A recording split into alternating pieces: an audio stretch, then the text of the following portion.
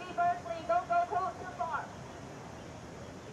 You see Berkeley, don't go too far.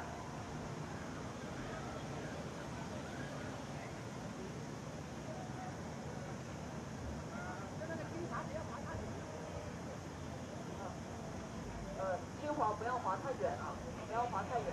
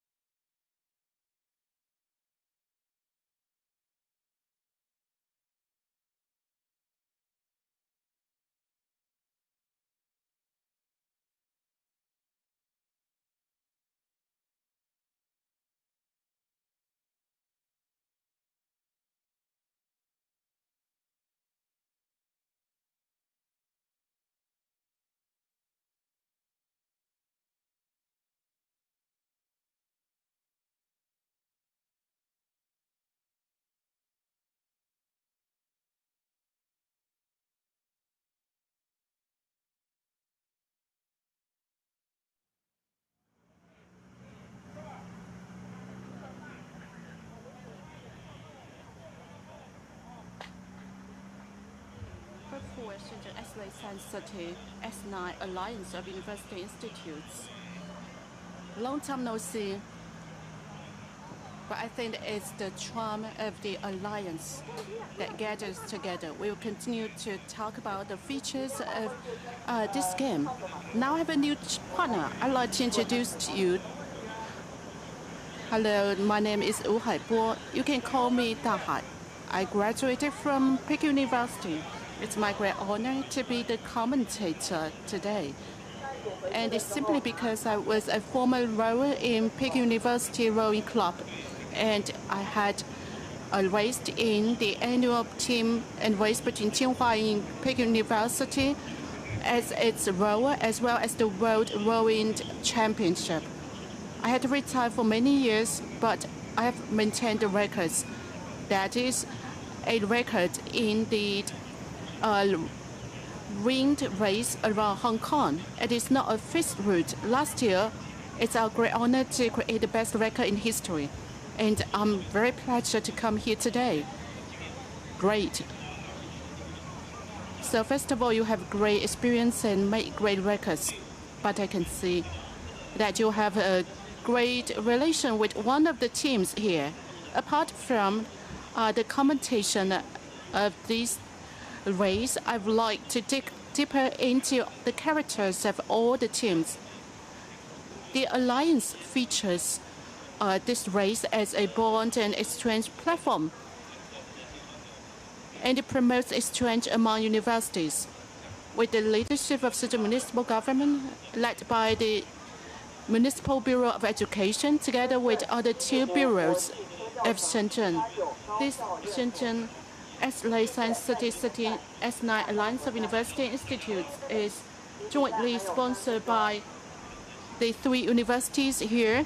And what about the mechanism and system of race today? This is the 4th year of the S9 Alliance. The racing system has showcased the innovation drive of Shenzhen. It is an alliance, and it's made up of several races. The scoring system is very interesting. The first three has made up of 40 and 30% of all the scores. The last one is held in the Dashahe River across the S Lake. So altogether, the races on the three sides here I mentioned have made up all the scores, and it's made up of, for example, the single sculls and double and quadruple for costless 4 and 8 with the coxswain. Altogether, we combine the scores from these races and calculate the total scores for major international races. There is a similar scoring system like this. To be honest, I haven't seen any scoring system as innovative as this in Shenzhen today. For example, the race against between Cambridge and Oxford universities, and also by Harvard and Yale University, and also in Olympic, as well as the master race in Charles, as well as the Royal Rowing Race in the UK. They adopt the one race phase-out system, but Shenzhen's alliance system is the #1 in the world. As you said, this showcases the innovation of Shenzhen, and it's a thoughtful arrangement because we extend the entire course of the race to enable more people to know about this race and this sport. This is because we want to popularize this sport among the citizens and the students. So we would like to extend the course and duration of the race. And after so many years, rowing has become another signature in the city. For this end, like I said, we wish to extend the duration of the race so that we can attract more viewers. And through this race, more people can get to know more about Shenzhen in terms of its cultural education status. Sports is just one media, but through this media, you can go beyond the further and learn more about the city who hosted this sports event. So I noticed you're really excellent here, so you're definitely expert here, so that's why I really enjoyed the chatting with you. And I also noticed you have a deep passion for the rowing. So now I would like to ask you, what rowing mean for you? Or let me rephrase the question a little bit. How you are going to interpret the rowings? Well, actually, this question means that I need to explain the time between myself and rowings. So actually, 14 or 15 years old, I already tried the rowings, at least from the side views. So I think after graduation from the Peking University, I noticed those friendship bind together with a classmate and schoolmate is really important. And thanks to the rowing, you can see the rowers' relationship have been so deeply rooted, and the bond is impressive.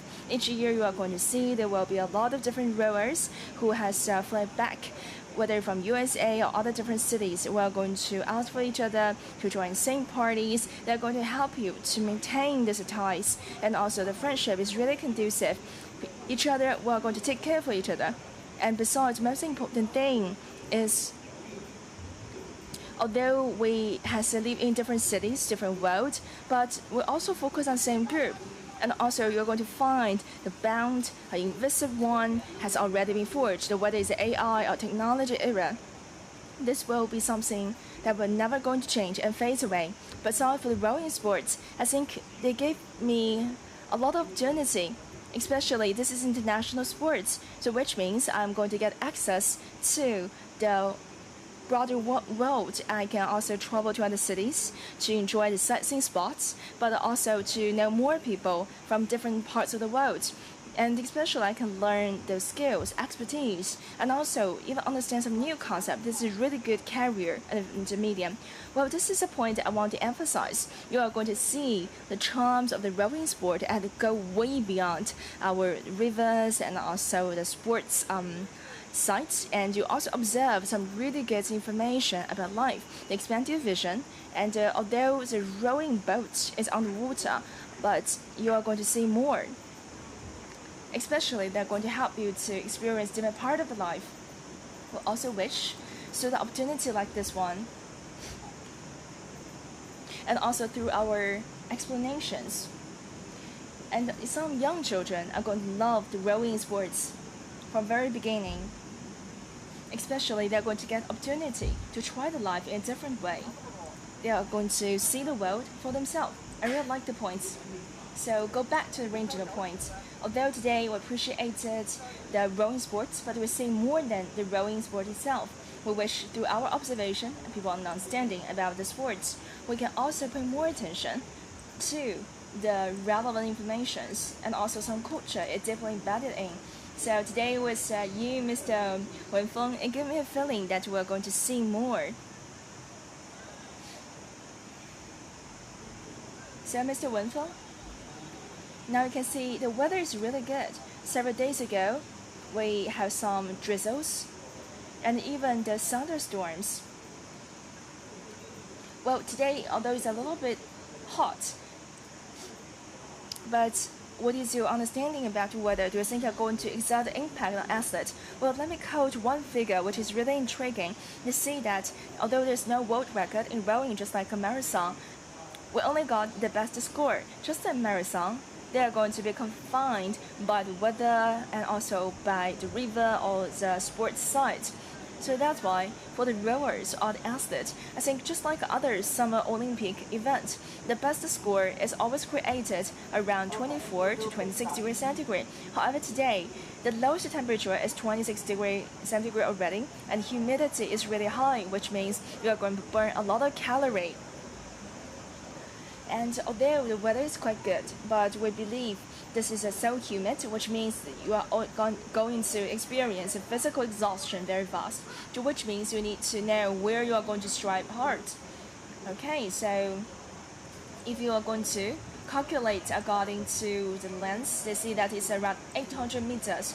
Okay, just imagine when you are in the elementary school, and also the high school. If you're going to run for 800 meters, it gives you a feeling that a hybrid event. Not only you are going to have a really good stamina, but you also need to know how you are going to have the really fast acceleration. So that's why later, when everything started, you are going to see that you are going to switch your gear a little bit and then go to the sprint at various stage. Okay, now let's begin to eye on the competition. Okay, for these two teams, you can see from the very beginning which detail you already observed. We have started when the Tsinghua University and also with the purple colors. You can see they're a little bit faster than the UC Berkeley. So UC Berkeley. But after the onset stage, we notice that UC Berkeley, they have found the better rhythm and they already catch the Tsinghua teams. But I noticed everyone, they are really good at this. They're veterans. But for the UC Berkeley, you can also check about that the effect just under the all. Especially you can see that line 2. They are a little bit outperforming than Tsinghua University. Now you can see just one word to describe it, such as a professional and also speedy. And would you mind to explain a little bit from the audience perspective what is the experience feelings? Okay, so if you are the newcomer, you should focus on whether the actions and moves is really consistent. And apart from that, you can check about the frequency, just like the runnings. So let's see if it's a 100 and 200 in the frequency, you are going to see totally different result. The other thing is you can check about accelerating. Not only they are going to have the rowing really fast, but also all the action is consistent, highly consistent. For the UC Berkeley, you can see that when they hit the water, leave the water, it's the narrow the tolerance within 0.02. Okay, now you can check about more about Asian athletes.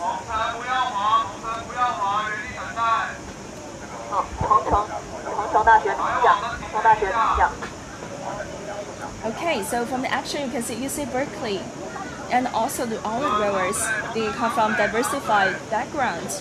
And also right now, you can see we not only got male but also female. Right now, this is 8 people and hybrid teams. So actually we'll call it the hybrids and also mixed the singles group. So which means now you can see we got males group, female group, and also the mixed group.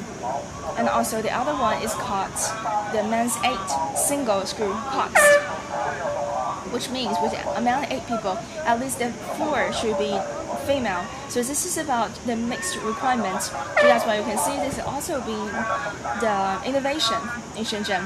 So that's why there's also very intriguing detail I'd like to invite your attention, Mr. Wenfeng.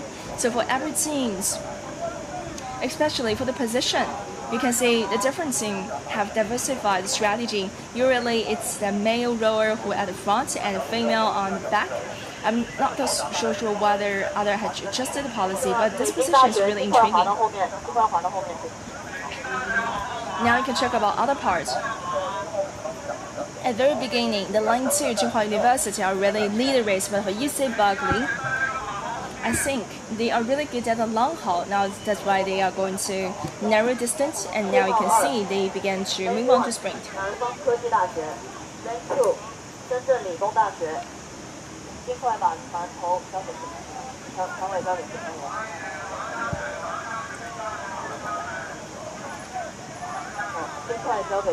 Okay. So for this competition mechanism is also intriguing. Apart from the accumulated points, this is a second. You are going to a second leg. You can see there's a 40% as total. But since we focus on straight routes, so in this stage it's more preliminary. So that's why we are going to choose at least the top 4. We'll start right now. So now you can see they just focus on preliminary right now. And especially after 1 or 2 hours, they're going to move on to the final. To be honest, they are going to be a huge burden on the stamina and also strength, although just 800 meters for the length. However, use our jargon, it looked like really elegant, but actually just below the water there will be a really testament to the strength. Especially when people feel exhaustion, it is the same for everyone, but if you want to stick to it, everyone are going to also join the club.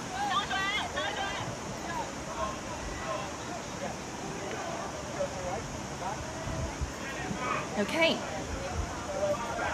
For the number 2 teams, you can see they already kick-started. We also get another team. Let me check about the names. So Sciensity versus about the Advanced Research Institute in Shenzhen Polytech. So the Shenzhen University Advanced Technology. Well, I think right now they are definitely in a leading position.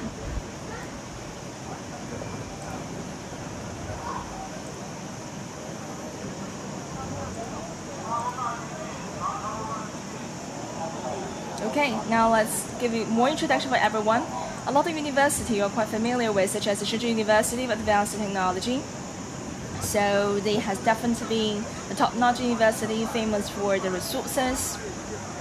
And also this is a new type of research university, focus on the research together with education of talents.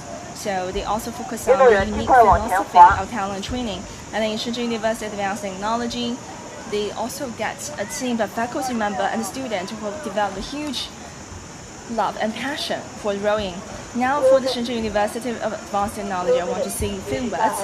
You can see in the 3 events, or the single situation, you can see they're definitely all performing, just like the Science Technology University presented their image. Not only the prudent, they're careful, and they are calculate everything in a really accurate way. Now you can see with the male and female, you can check about overall performances. They give it all, and they definitely take on deep dive in. And also you can check about other parts.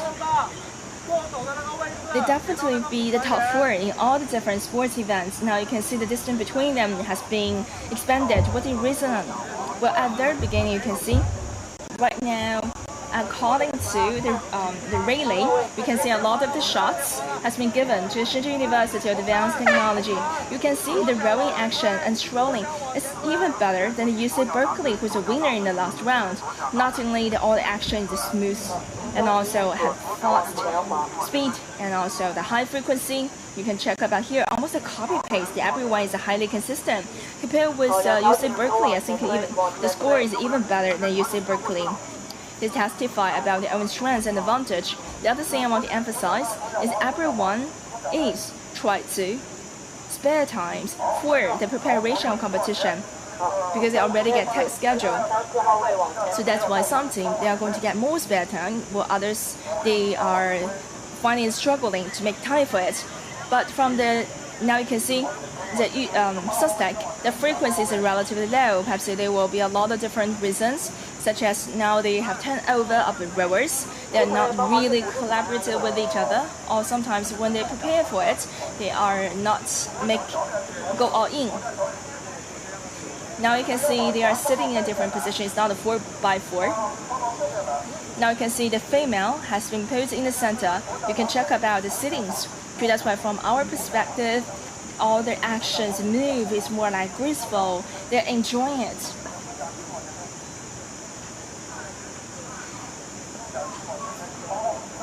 And now you can check about the sittings arrangement.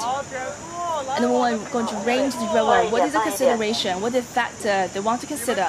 Okay, started with the coxswains. Who are going to be the better position for it? Well, this is an excellent question. So first, from the sport-wise, this is a cylindrical, which means there are going to be repeated actions. However, among these 8 people, although they take exactly identical action, but just like Mr. Wenfeng had mentioned, together with a coxswain, we get 9 in total. They focus on different parts. Let's say coxswains. Coxswain is the only one within the boat. They are going to face the finishing line. So you can see this is only support with your back towards the finishing line. And this is the only one in Olympic events. So it's really interesting. But the only one who is facing the finishing line is coxswain. They are going to in charge of steering the direction. This will definitely be a leader, really decisive and influential within the boat. So that's why you can see a lot of famous people they once be the coxswain, such as right now, the most famous physicians, Stephen Hawking, during his staying in Oxford, I think Stephen Hawking. Well, from the explanations, I noticed definitely what you have mentioned is really interesting, especially for the coxswain. Coxswain needs to make the decision just at the blink of eyes, and also that communicate the direction. So that's why you can see, although from the sports perspective, people understand it differently. But for the coxswains, they are going to make the decision, give the guidance and command, and the other need to fully trust the coxswain. So that's why during the competition. So for the 8th rowers race, the coxswain is the closest to the final line.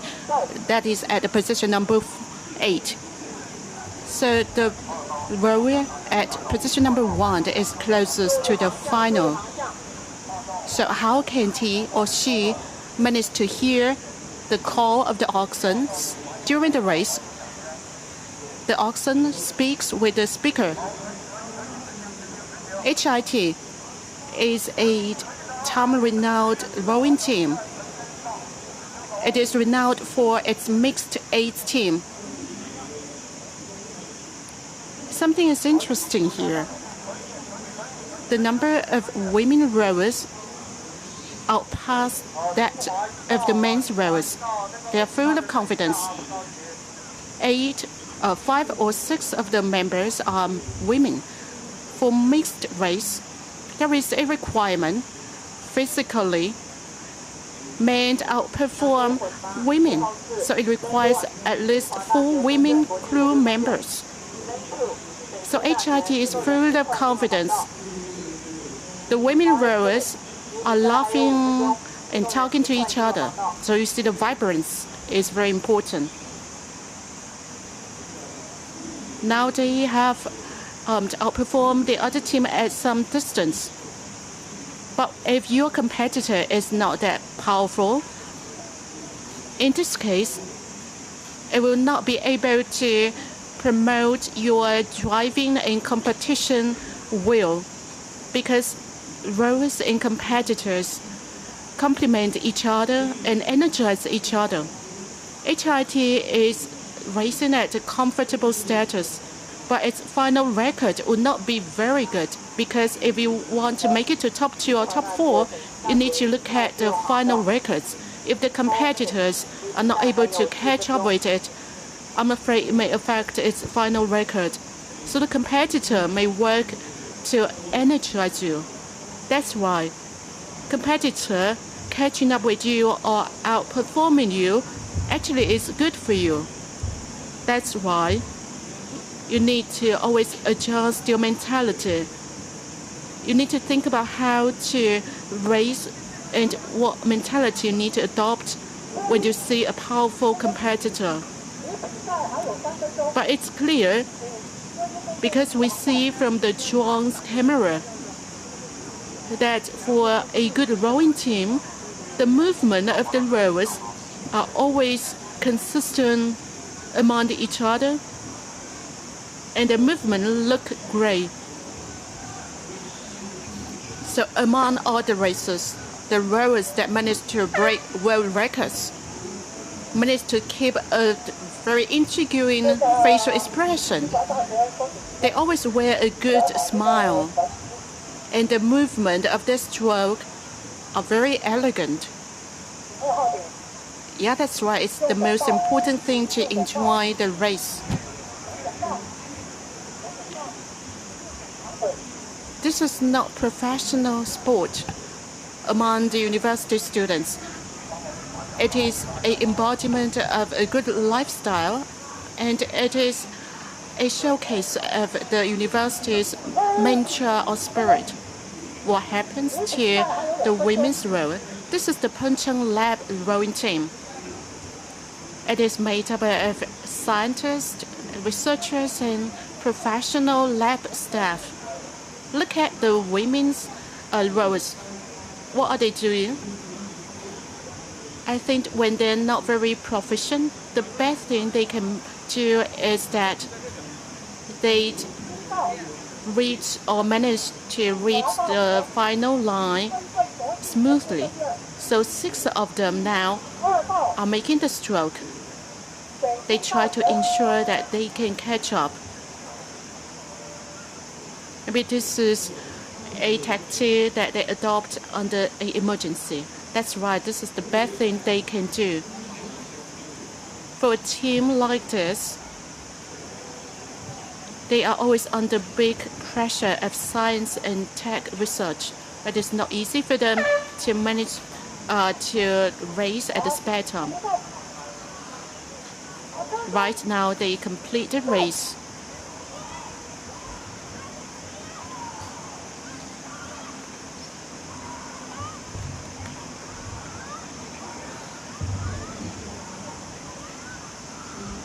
This is an interesting race now. Tsinghua versus Peking University. Now I'd like to talk about Tsinghua University. The camera now is on PKU, but let's talk about Tsinghua University. There are 2 teams from both Tsinghua and Peking University. So 2 of them are from Peking, and we have another 2, the Peking University Shenzhen graduate school team, and another one from also Shenzhen International Graduate School.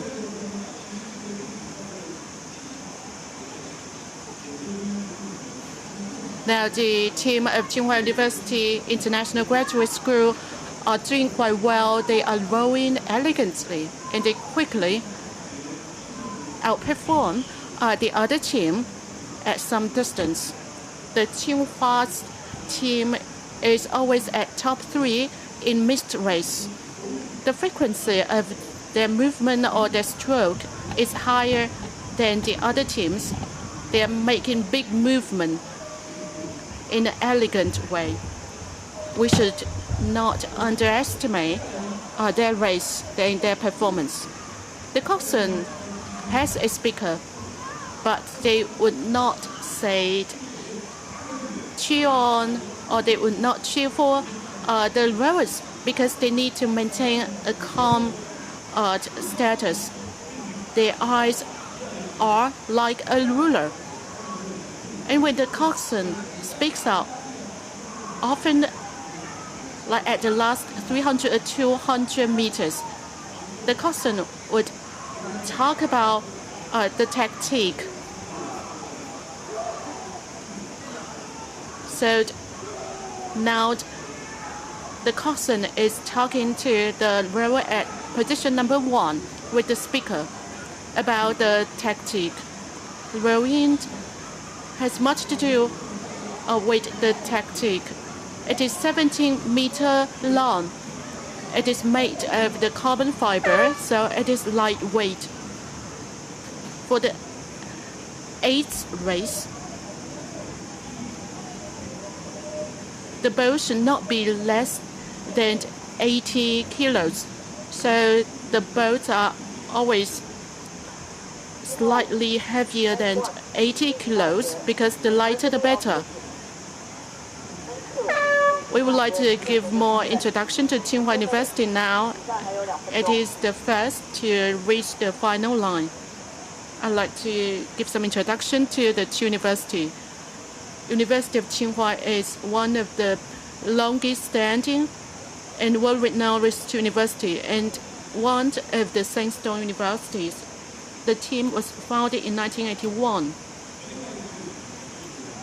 The other team is a local team from Shenzhen Graduate School at Peking University. In 2016, it already was competing in races among China and the world representing the university. The rowers had about 2 years of racing experience, and some are international students. As you can see from their faces, 2 of them are international students. In the last race on the Maozhou River, this team was the champion. These are powerful rowers. The women rower from France is a great rower, and I once was her coach. And the Shenzhen University team was also a powerful team. They even made it to the national team. The two teams are both powerful teams, and we can see the comparison of the skills from both China and the West. This team from Peking University had maintained the championship in the past races. And one of the international rower is from the Portugal national team, but the University of Sydney team is also an excellent team, and some of the rowers always made it to the Australian national team. It is dubbed as the birthplace of national rowers in Australia. And this Sydney University rowing team has always been an incubator for the national rowers. We can look into the different tactics adopted by Chinese and Western teams. Well, in terms of tactic, the mainstream tactic in the world have become quite similar. With the evolvement of technique and skills, they've become quite similar now. But of course, it needs to be adjusted based on the physical conditions of the rowers. Australian rowers are often taller than the Asian rowers. Are they more advantageous in terms of their physical condition, physical shape? Yes, to some extent, because they are taller. Their rowers may adopt a tactic that's more aggressive, and they dig into the water at a deeper level. But Asian tactic features continual high-frequency stroke with a lower burden or load. Well, at such a distance that is not very long, we need to focus on the sprint capability. What advantages can we utilize for such a distance? For the rowing race, teamwork is important. If you can't make it to the perfect level, and that means when you close your eyes, you can even note what your team members are doing, and you manage to make consistent move. In this way, you will always manage to perform well. And in my opinion, you should not be distracted by your competitor. Instead, you should be motivated by your competitor. What does it mean if you are at a similar level with your competitor? Mentality is most important. Emotion can affect your race. These two teams are always neck to neck. But there are two possible conditions. The one team is outperformed by the other. So for one reason, the PKU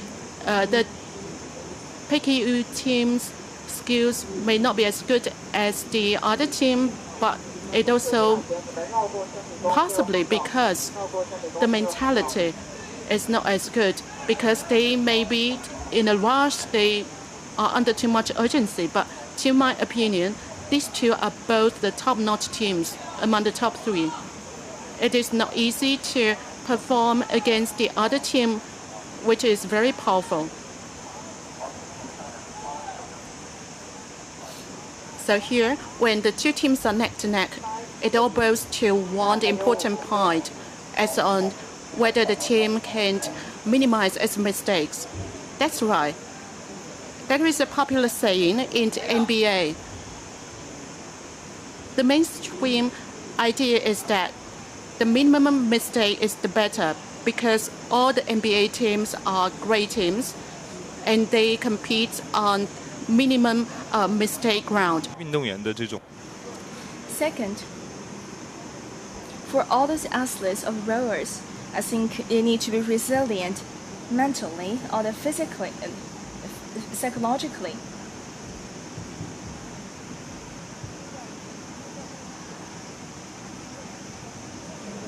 Okay, now let's move on. So next part we are going to have is expert teams. You can see all these athletes on water. They may not be, as young as the other rowers, but they enjoy relatively high rank in their career ladder. We even got 2 active missions from HIT, and also seasoned and also veteran professor. Now you can check about the score and also the score gap. Compared with a professional competition, what is the common ground? Also, what is the difference? Or do you think this is a big gap among the teams? Well, to be honest, usually the first team, the top team, and bottom team, they are going to have the huge difference. But for the other the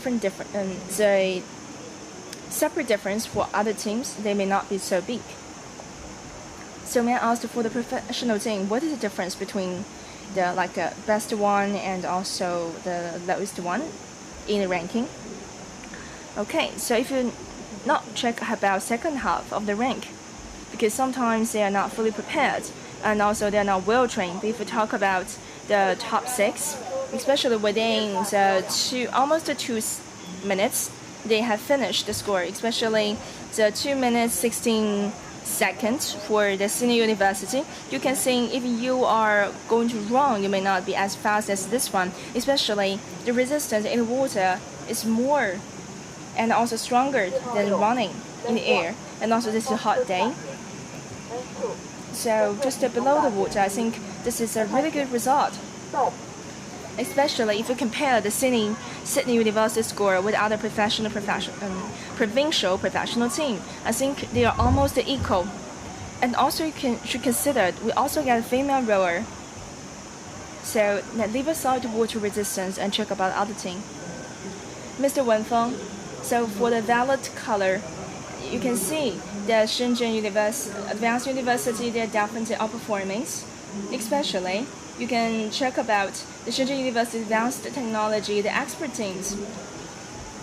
Almost every level competition, everyone who are going to face them or race the with them will be a huge competition. Especially, you can see in the past few years, they are outperforming. They are definitely enjoying a really good result.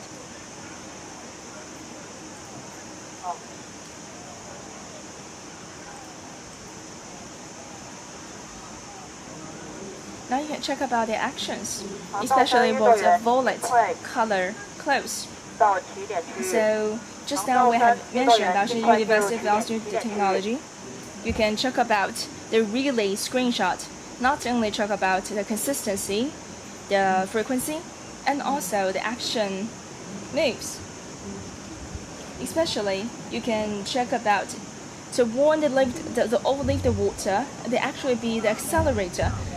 Apart from the movement range, so you can see they are made of use about physics, especially the consistent or the sustained, so accelerator, especially they say for the boat with a famous range, they can enjoy the same speed here, so that's why they got a latecomer advantage, especially as long as you continue to focus on those inertia. It gives you a feeling that it's really effortless. It's not like they tried really hard. So that's why by using the inertia, I think they are definitely expert. They live up to the names.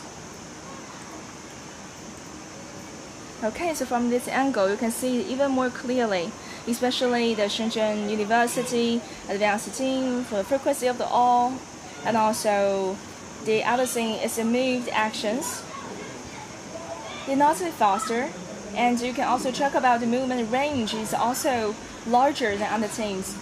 So it gives you an interesting part that they always give you a feeling that it's effortless, has been accomplished with ease. So that's why sometimes they do not just try it forcefully.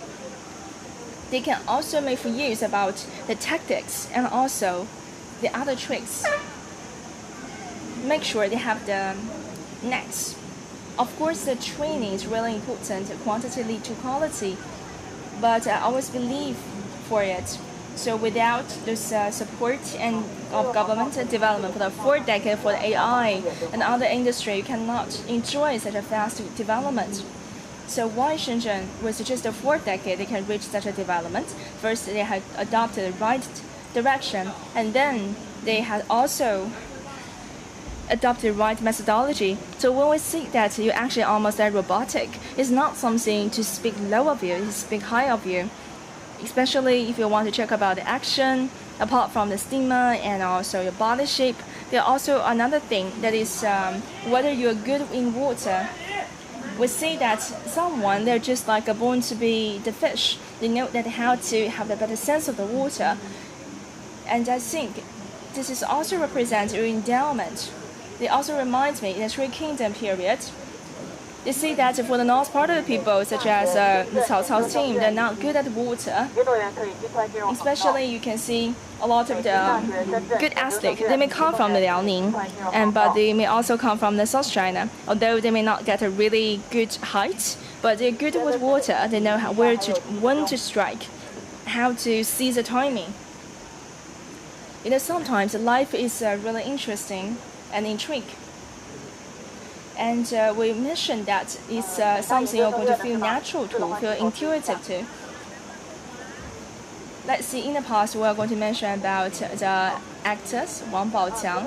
If you evaluate his performance in a professional way, you're going to find it that he may not perform as good as it. But if you check about other parts, you're going to notice he definitely got a gift for it. Almost born for it. The same thing can be found in the national team as well. According to the coach, they say that actually this is a gift given to you by borns. And the other thing is you can find something similar as actors and also the singers. They may get beautiful voices on the gift. And in the past, people adored for the Ronald and the other famous sports athletes. Especially, they see that you can use the hard work to make sure you are going to reach a certain level. But if you want to be top athlete, of course you need some gift rather than effort only. This has been testified by Ronaldo. And also for the rowing sports, I also want to quote something similar to echo this point. So in the rowing sports, to be the top of the pyramid, do you think they focus on efforts or endeavor, or like it's a gift support, not gift driven? So in the rowing sport, let me switch gear to see that as a moderator, to be the top, they may not be trained for it. They got a special gift for it, endowment. And how about for sports? Sometimes people, now let's talk about, so the 2 minutes 39 seconds and also 56 seconds. Okay, you can check about here. So for the rowing, to be top of this rank, according to observation, do you think they has been reaching this feat supported by the gift or the endeavor? Well, let me put it in this way. So for the competition, sport competition, I think the principle is quite simple. So which means your skill is foundation, but the gift are going to lead you longer and to also cover more ground, which means without efforts, you may not get the skills necessary for it. Now let's talk about football. In the end, you mentioned that you're almost magical. So that's why I would like to emphasize some keywords, especially if you focus on the top athletes. Of course, they do a lot of good works, but in the end, you notice it's a gift. It's something that cannot be explained explicitly that help them to reach the top. I don't know whether in other sports events is something similar to this, or they share the similar principle. I think this is something felt widely and also applied extensively. Okay, let's go back to the rowing sports. People say that this is honest sports or the sports with integrity. This is because this is cylindrical. If you want to get a really good result, you need to be trained intensively, which means your performance had indicated how much training and exercise you have carried out. So that's why when you want to promote the sport well in university, I think they focus on something similar. Also watch a documentary before, especially they're going to have some like stamina testing for the world champion. And for that champions, they talk about lungs capacity and also that FVC. We know to not only have a really top height, almost like 190 centimeter. People see that almost like a huge tank. And also they reach 7,800, almost 8,000 kFVC. This is impressive for the first vital capacity. And also, we also noticed another athlete from the Croatia. They also increased FVC to the 1K. Now see, this is a growth engine. If they are 3.0 and you are 2.8, they will be faster and stronger than you. Now let's talk about the expert team. How many rowers on the boat? Okay, so for the two teams to come, I think they are also a strong team to take on each other. According to previous experience, I think first, the lane 1 is HIT. HIT, they are veterans, old-timers. And line 2, track 2, they are Peking University Graduate School. And also the HIT, I think they has been overtaken by others, especially with whites and also the red color, especially in the Maozhou River competition. They are the champions, but now they're surpassed by the other competition. And also in previous competition, we know the HIT, the second place is also the Shenzhen University of Advanced Technology. So that's why you can see when people's real competition, people are going to find the ranking is changed. So we're looking forward to see the score. Okay, now let's check about the last part, preparation.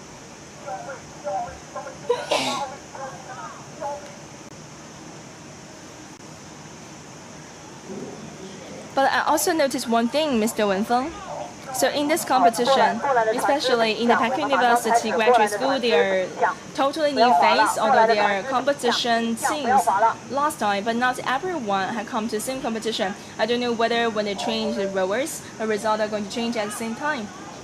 Well, but I think this is a good sign because they're confident about it. Especially they would like to give more opportunity to the new rowers and newcomers, make sure they're going to get opportunity to train themselves. Peking University, Tsinghua University, HIT, for those famous university, I think they not only train for it for a long time, and also just like ping pong in China, especially even the tier 2 or tier 3 or tier 4 athletes, they can get opportunity in and also take on other foreign athletes. Although in the Peking University teams, they have got new phases, but they already kick-started with a safe lead at the very beginning. Just now you emphasize about Lao Pao or veteran again and again. So that's why I would like to highlight a little bit. Veteran means they're not going to attach really important to score, but apart from that, you can see they carry forward a legacy. So that's why one addition still remains vivid in my mind, which has already been reiterated by Ying. Every top team, they want to maintain their records, but they also want to make sure the legacy is passing down from generation to generation. They need to get the right man's side. You should not just worry for the score, especially since you are renowned teams. Focus on the legacy. Legacy is even more important than score only. Thank you. I agree with you as well, Mr. Wenfeng. Okay, so they are bold enough to try young people, but actually accumulated score is also important. But without this kind of the training for young people, for coaches, it will be difficult to correspond and deal with whenever there will be some accidents or something unexpected happen. So in the end, the score is not the only thing you want to value. You also want to make sure that you are going to experience more, learn more. This is about a point race. Okay, now you can check about here. As long as I know, the Peking University got a famous school of commerce. They ranked top 20s. That is HSBC business school. They see that right now, whenever they are going to get newcomer, they are going to train them in a special way. But the Peking University Graduate School in HSBC, PHBS actually, they are going to help those entrepreneurs to feel the spirit of the Peking University in a totally different way. This is how the PHBS has been known for, especially when you help other people to feel the charms and vigor. This is how you're going to make sure you're going to have been outstanding. So that's why you can see this is another thing I want to emphasize a little bit.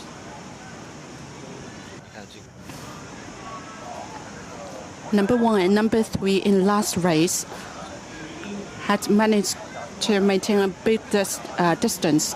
Why is that? There are a lot of new rowers in the Peking University team. On one occasion, it means the rowers are powerful.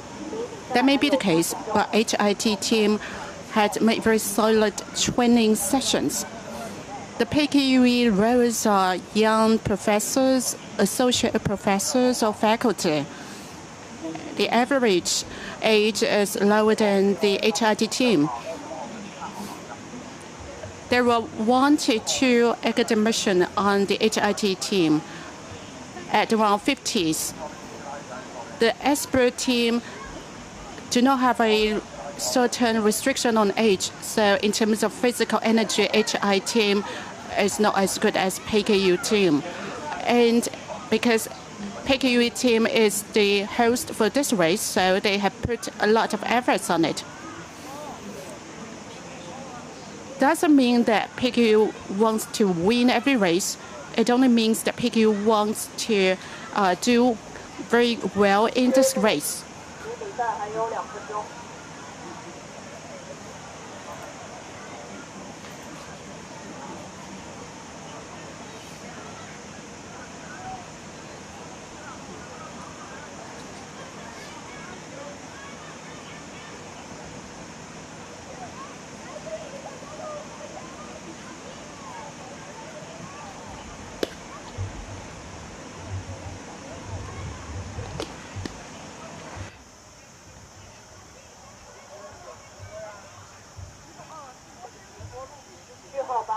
这场比赛 Pengcheng Lab team against Tsinghua University Shenzhen International Graduate School, Shenzhen.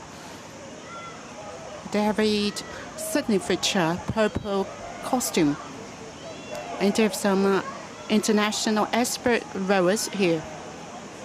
Very powerful team. At the start, the synergy is not very good, right? Yes, it is obvious from the last race. The start of both the HIT and PKU team was very smooth, but for this one, the start is not very smooth. That affects the race because they may not be able to reach the best speed in the shortest time. But the result is a neck-to-neck race. The frequency of stroke in the Tsinghua University team is high. They have good physical energy. Their skills are not very mastery or profession, but they've served the nation for many decades. So they have great frequency of stroke. As an expert team, they've made very high frequency stroke. 运动员往起点方向滑行，到了的船尽快往起点方向滑行。 The two teams are rather neck to neck, and they are close to each other. Their oars may touch each other. Can you see that? Now, these two are apart from each other, and the laned yellow bow is a mark to differentiate the two lanes. Now, the blue boat, the Pengcheng Lab at the blue lane is quite deviate from the lane. The Pengcheng Lab has crossed the line. Normally, what's the reason for the team to cross the lane? It can be quite interesting. We talked about coxswain. The coxswain would guide the direction. It's like the CEO of the company. If the coxswain is doing well, they would go straight to the final line, and maybe they can manage to minimize the distance, at least for 5 meters, and that would be a good result already. For the Puncheon Lab coxswain, when he's doing the job, he may actually create some burden by deviating. So the straighter the better. If the Puncheon Lab can manage to make a straight movement on the lane, it may actually be on par with the other team. The frequency of stroke in Tsinghua University team is very high, but the Puncheon Lab team is making very perfect movement. If they manage to reach the final line in a straight movement, and they exert the strength very well, I think maybe in this case, they can reach a neck-to-neck record with the Tsinghua University team.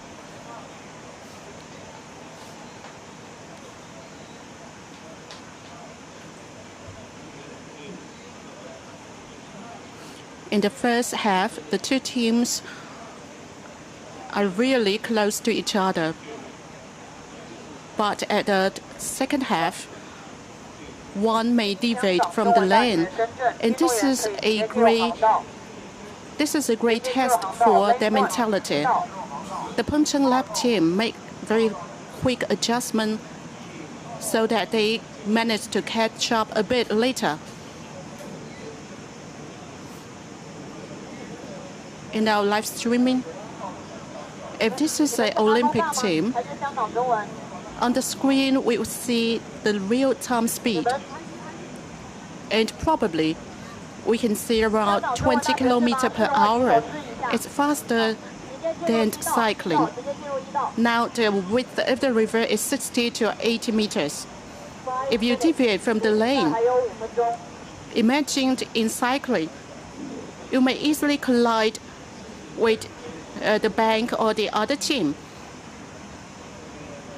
And for adjustment, it may need to lower the speed, otherwise it may collide with the other team.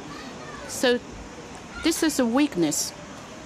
And in this case, you can see that a good coxswain is really important.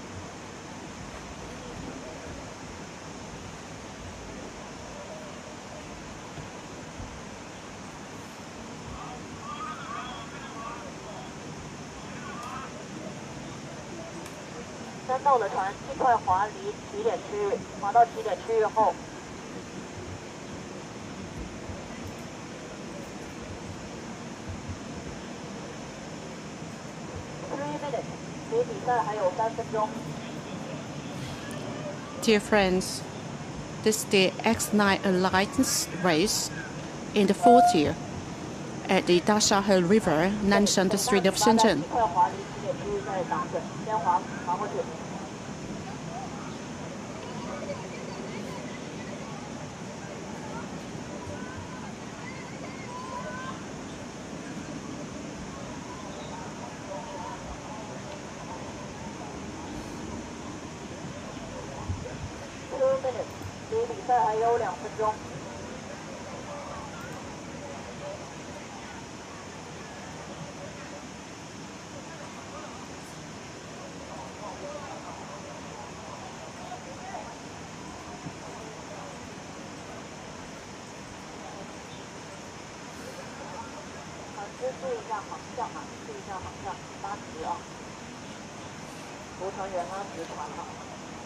This is the Hong Kong University of Chinese University, Shenzhen, for the expert team for 8s. What is the other team? This is a very interesting race. This is the first and maybe the only one for students 8s between a student's team against an expert team. It is against the Shenzhen International Graduate School team. They are competing against another university. What about if they compete against their own teachers? That may be interesting. This team has always been top 3, just like the Tsinghua University team. Since the founding of the race between PKU and Tsinghua University team, it has been 27 or 28 years for the race, so they have great experience. The students' men's 8 single scull team is the most excellent team. The frequency is very high. On average, they are 180 or 90 centimeter tall, and the strength and speed of their legs movement and extension is great. This is only because they have great strength on the legs. For the student team now, is leading a little bit. Is it because of their technique or physical strength? Physical strength is most important, or I think it's the foundation for rowing sport. The golden age for rowers is around 23 years old. University students are at this age. The experience, the mentality, and the physical energy are at the prime. So the champion for 5 Olympic teams is Stefri. And this is the only sport in the Olympics that features one same rower or player for 5 consecutive years.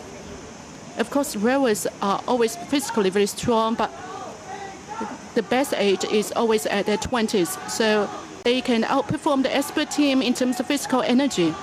But in this case, can the expert team make it up a little bit in terms of technique? Surely. This is the 8th race with the coxswain. Altogether, there are 9 personnel on the boat. There is a hidden rule. It is not a written rule, but the champion for such a race is always presented by the current chairman of the Olympic Organization Committee. The rowing sport was already in the first Olympic. The founder of modern Olympics is a lover of rowing. He said the 8th rowing with coxswain, as he said, is the epitome of this sport. The 8 rowers need to have very good mastery of skills and have very good synergy in their rowing movement. If the 8 rowers are all very powerful in terms of physical strength, but they do not have good synergy, that would not help. You see that in both teams, the movements seem to show perfect energy among them in both teams. So the expert team also has very good performance, as we can see.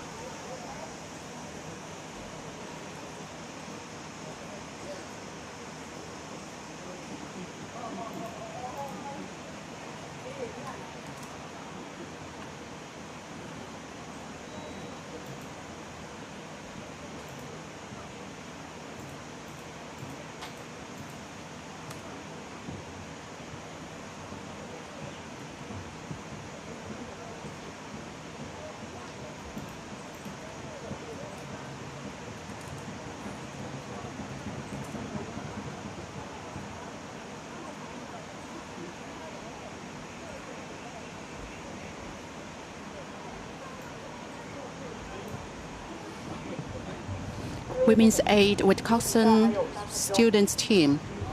This is the final. This is an interesting race. Let me explain a little bit. There were three formal titles here in the alliance race. The mixed eight with coxswain has been completed, and it is in all 4 years. And the men's eight already has been completed. This is the women's eight with coxswain final. This is an innovative feature because this is for the first time that we invited a team of all women rowers in this race. So may I ask why we have this innovation, which has all female teams? Okay, to start with, I think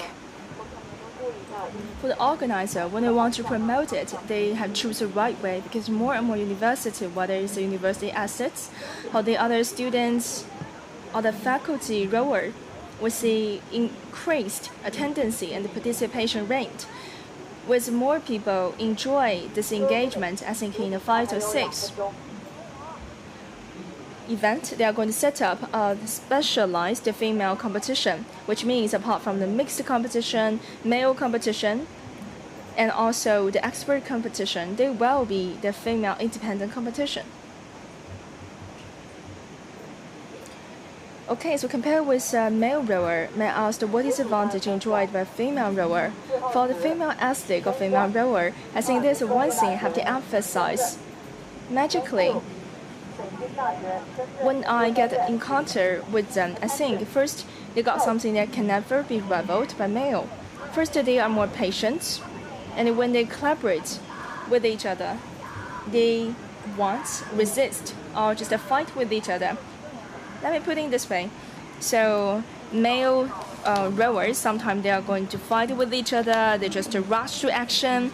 However, for the group competition, you need to consider others, you need to be patient and try to get a better collaboration. So that's why for the female, they're calmer, and also they are more willing to collaborate. So they are team worker, definitely. So that's why when you see the male on the boat, what is your feelings, whether it's the rate of the stroke, or what is the major difference or differentiator? Just have the first sight of this boat.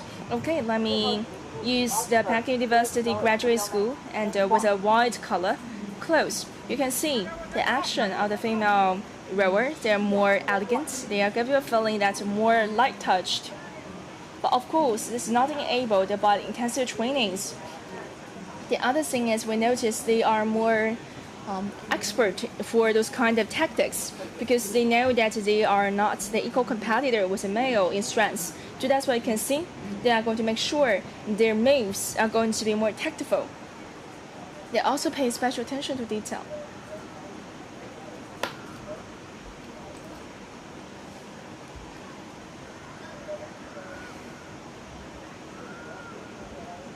So for the males, female, may I ask that they got also advantages in collaboration with moves? Yes, of course, without doubt. Just like I already mentioned, this is the advantage given by the gender. They are more patient, and also rowing. Rowing means long-term trainings, especially when you manage the whole team. You know, sometimes the people put the emotion in that they do not want to collaborate. They would resist the trainings, resist others' command. This always happened with a male, but for a female, they do not resist. They are going to collaborate directly. It gives you a feeling that you also enjoy this event. You can check about the female in the center. They are going to enjoy the chill vibe. They also check about the view at left and right. So that's why if you check about HIT, the action is also consistent. But for the Peking University Graduate School, it gives you a feeling that in all the different boxes are checked. They also have the high rates of the stroke. It gives you a feeling that it's really elegant sport. Now you can see the distance is widened.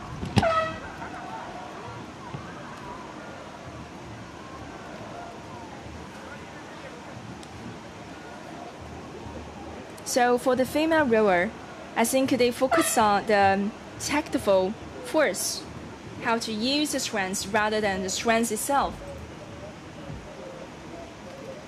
The other thing is you can check about the face expression. First, they feel more confident. The other thing is to give you a feeling that they know how to use the force. So they have the tactics and have the confidence. They have it all. 你们是南方科技大学吗？清华是吗？哦，好。I think this is really intriguing and fun to say. And also you can pay attention to the detail. It's also an enjoyable and joyful event, just to follow as the Olympic event. When people just finish a competition, they put their feet down in the water. At the very beginning, you thought they do it on purpose or for certain action. But just to picture it, this is such a hot weather. After you just finish competition, you give a feeling that you are the engine that finished the competition, and then you put your feet in the water to lower the temperature. Okay, so the more chill it feels, it means that the higher competition you have, the tension you have. But for the female, it gives you a feeling that no matter how challenging, struggling they feel mentally, but they are also going to give you the poised feeling if you just check about the facial expression. The other thing is for the female, I noticed the focus on the male temperature, temperament. Now you can check about their score here. Okay, now let's check about scores. Just like we mentioned, the champion in the last leg. You can see the competition. So compared with others, what is the level of the proficiency? Okay, so if we check about the action performance, compared with the leg, I think they're even better, especially in the final when they take on the Shenzhen University of Advanced Technology. I think they are only perform better than others in the last part. However, in the preliminary station, you can see the gap between the first one, second one, and also when they take on the elder rival, the Shenzhen University of Advanced Technology, especially when young faces join the Peking University teams. I think they focus on legacy. But I was also considered perhaps the Shenzhen University of Advanced Technology, they have not give their all at the very beginning. They want to be preserve a little bit for fully prepared for the final, especially in the final. They are going to compete one more time. Okay, so with several seconds, dozen seconds, 10 seconds, or 20 seconds apart, what is the reason that lead to it or cause it? So do you think it is tactics reason or professional level or proficiency? Well, to be honest, I think it's more than tactics.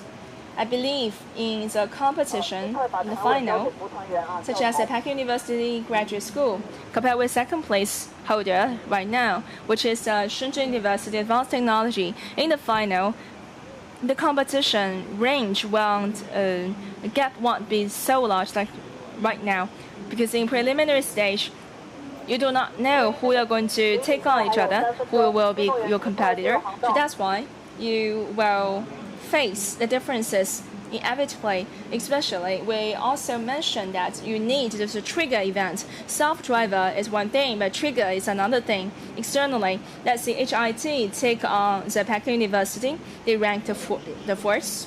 And also for the HIT, the Shenzhen University of Advanced Technology, I noticed for the rowers, the age is relatively senior. So that's why, if I was their team, I also want to make sure that I want fully exhausting myself. Although the strength or physical strength is not my strong suit, I want to make sure I preserve part of the strength. Now I got it. So they decided when you want to give it all or when you want to compete without any holding back. Well, just now, what I mentioned about professional competition, it's not that the competition, like today, you are going to have a really narrow gap between the preliminary and final. We want to help the audience to see it at the very beginning and in a half day. However, in the professional competition, there will be at least a 3-hour time difference. Make sure they're going to fully rest and see the energy recovered. So, in another perspective, I think this is a good thing for our audience.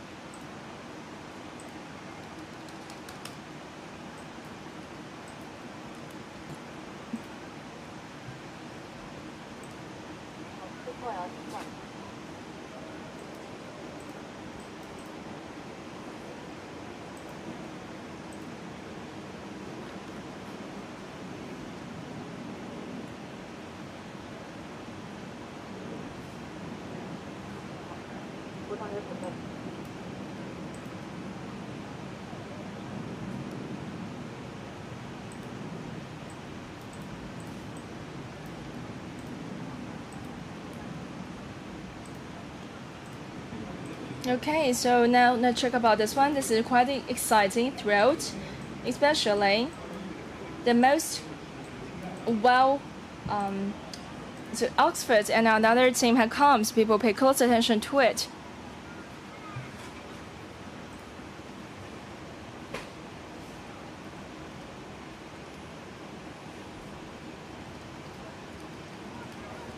Okay, so for the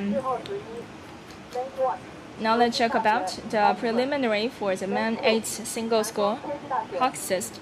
So the suspect are going to take on with Oxford. Oxford not only had ranked quite high for the preliminary for the proficiency, but now you can see people see that when it's started, we're going to who will be better. You can see the Oxford has a dark blue. So for the Oxford, I think they not only get a long history, so time-honored history is an advantage. So as long as you observed what is the tactic advantage, any part we can focus on. Well, for all the things, just like Shenzhen, we focus on innovation. There will always be the partner who join your teams. I think it's Oxford. And I noticed I once participated in competitions and to see the performance. For the Oxford, they got 20 college, they got their own rowing teams.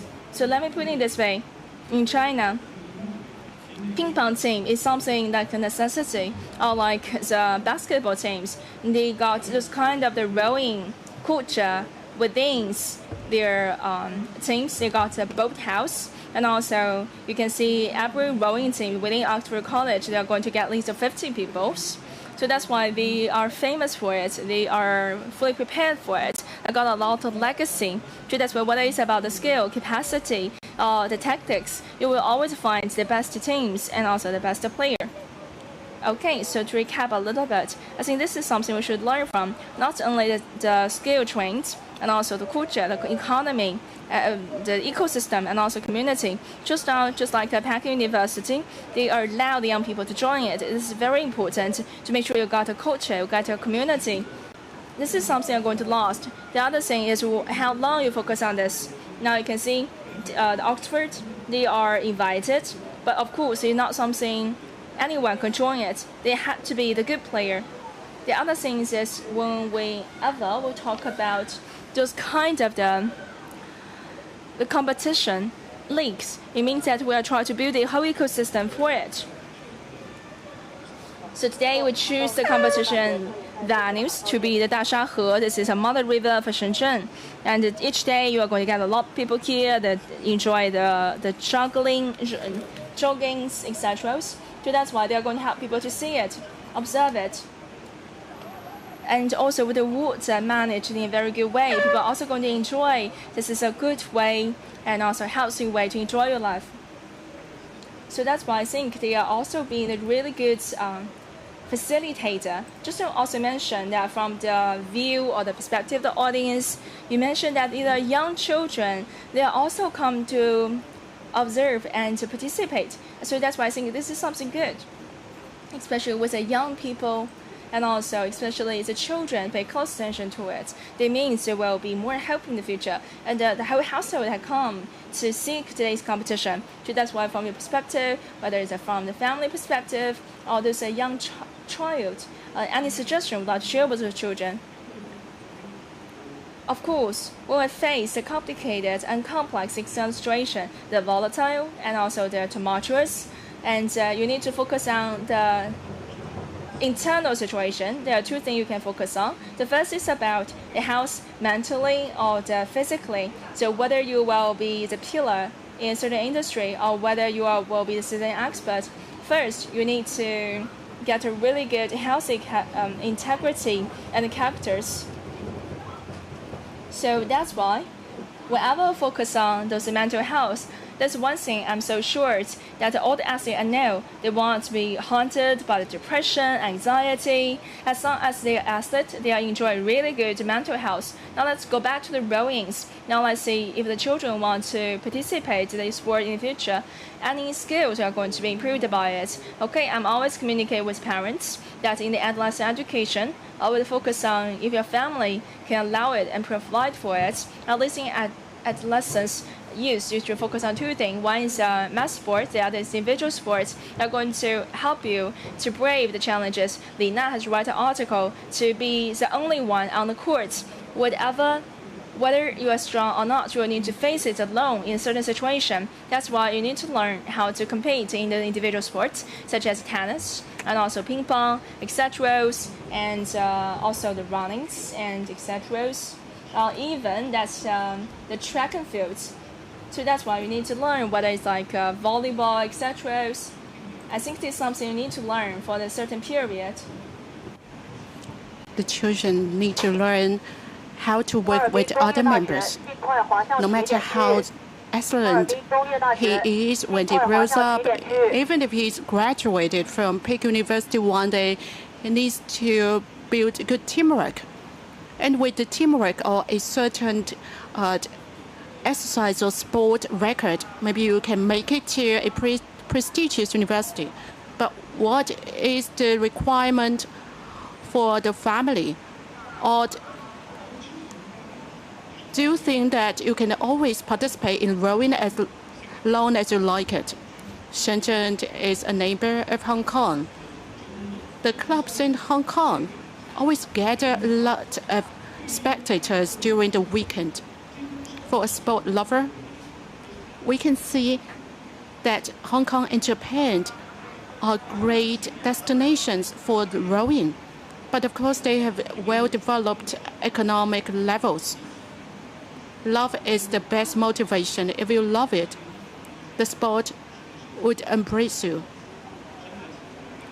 It would help your socializing or interpersonal skills and your overall competence. A child can learn a lot in terms of interpersonal skills and his own physical strength. Of course, we want to strive for a better record in the sport. It is always a pyramid structure for the sport or the race, but I don't think we have to necessarily focus too much on the record. So the entry level is not necessarily very high for rowing. As long as you love it, you can always go for it, right? Yes, Shenzhen is a young city, and this race is a very young race.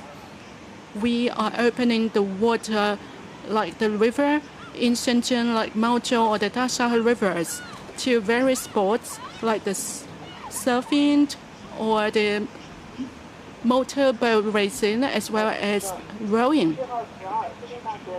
There are 2 to 3 clubs like this in Shenzhen, and there are qualified sites in Dongguan.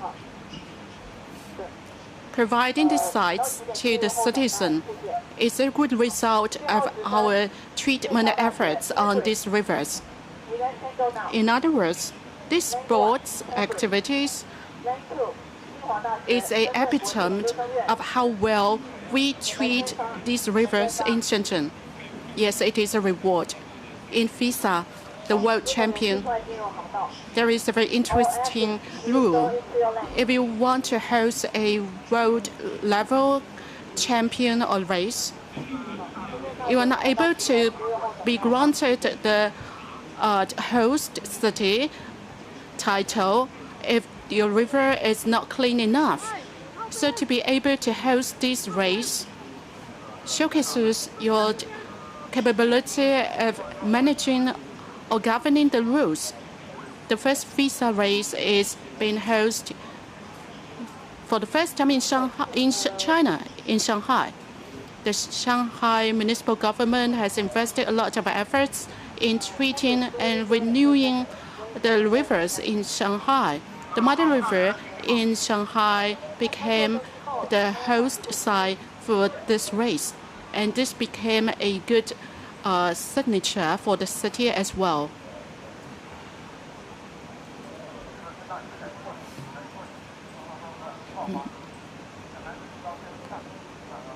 The rowing sport can be a medium. Everyone can find something helpful in this sport. It helps the children's education. You can find the beauty of teamwork, and you can see the beauty of the city. So we go beyond the final result of the race, and we can even learn something for our life. This is the charm of sport. We look at the race, and we look beyond the race. Now the camera is on this beautiful scene around the Dasahel River. This is the CBD of Shenzhen, and this is a beautiful land with great skyline and the river, the mountain, and the sea in the distance. This is a model as a livable city, and it's always enjoyable to see a view like this.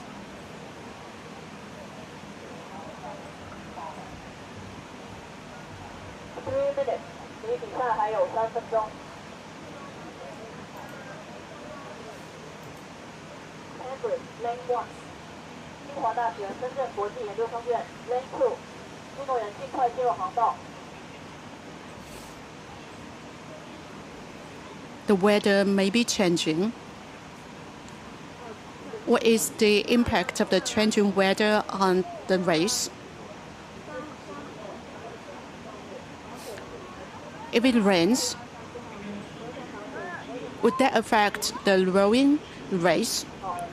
For a professional rower, he or she must be mentally prepared and strategically prepared for a changing weather. This is a requirement for a good rower, but it must have an impact on all the rowers. If he or she is well prepared, that will give the rower a good competitive edge. Even if it do nothing at this weather, it will sweat a lot. For a rower team with better physical energy, it will be able to adapt to the changing weather better. This is the Cambridge University versus the local team. Oxford and Cambridge universities are two prestigious and renowned teams in the world. What is the difference between these two top-notch teams in terms of their rowing technique? The race between these two was founded at around 200 years ago. It is the most eye-catching rowing race in the world, and it is among the students. The two teams have distinctive features of their own. The Cambridge team is more modern in terms of the technique, but Oxford team is more long-standing in terms of history. In terms of the style, it is more old money. It is more cautious or prudent. The technique can be different. The Oxford is dark blue and the other is light blue. Light blue gives a more changeable style with more innovation and bolder style, but the other team presents a mode with more composure or more prudent or steady team. The light blue, the Cambridge team, has very clear advantage here. You asked me about their styles. Looking at the rowing of the two teams, If it is a really excellent team, you see that the boat is like floating on the water. It gives a sense of flying or floating on the race. The rowers are rowing like they're flying upward. If the rowers are not doing well, just like a runner, he or she would seem very heavy.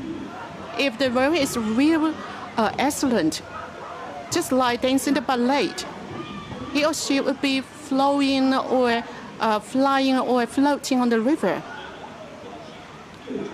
This is a very magical sense. Yes. That says a lot about their competence. We can't say that they are much greater than the other team, but they look flying or floating. Yes, it seems to be a floating scene, but behind the scene, it's because of they have great experience or excellent skills. Let me give you a more vivid example. For basketball, you also like to view a certain session. The slam dunk. You see the player jumping and do the slam dunk, like Michael Jordan. That says a lot about his gift. But out of no reason, we see that his movement appear more elegant. It's the same for rowing. The rowing movement appear more elegant and smoother, and the result shows that they can be faster.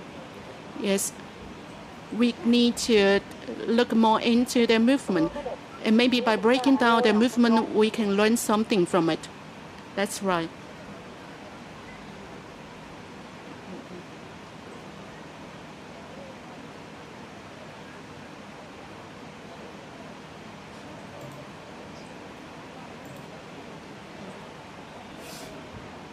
The student group,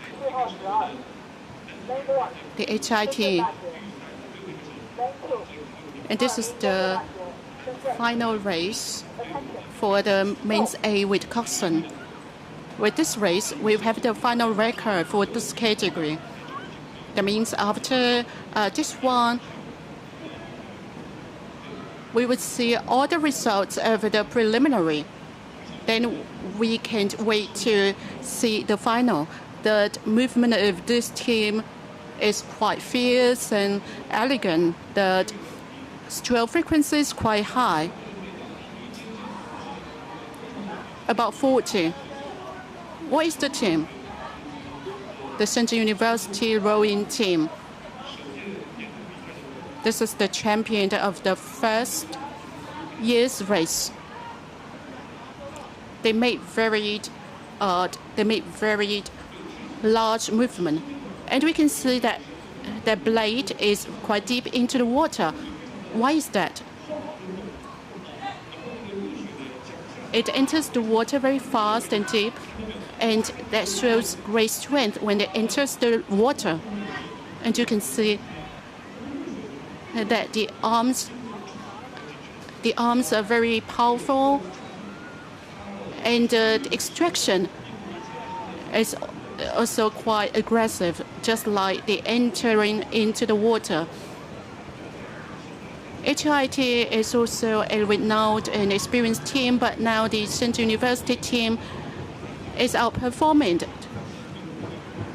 It's in the second half now, and it seems that the physical energy and the stroke frequency has maintained the same level, and the Shenzhen University team maintains a obviously much higher frequency.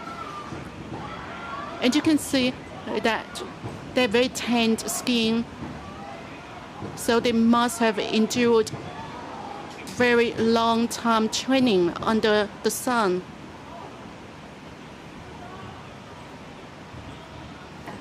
So are they deviating a bit from the lane? Well, the referee would not ask them to stop if it deviates only a little bit from the lane. It only costs you a bit in terms of the extra time. But the other team is not affected by the HID team, so the referee doesn't intervene. If it deviates a bit from the lane, would the referee or the coxswain give a reminder? There are twofold. The referee would, of course, give a reminder because this is to ensure a fair competition. So he would raise the white or the red flag to give the reminder. But for the coxswain, the best strategy is to go straight. 真大，你的队员滑得那么 Theoretically, you need to make sure that you can control how you're going to move within the streets, courses, especially from the Shenzhen University and also the Shenzhen University. They have done a perfect job here.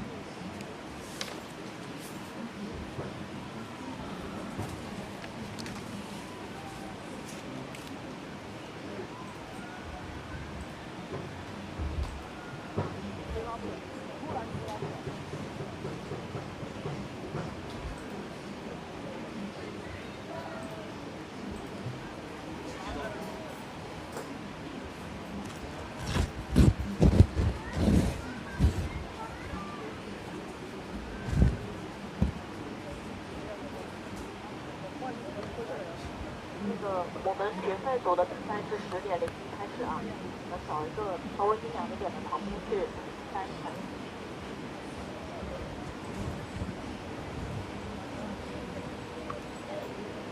听不到。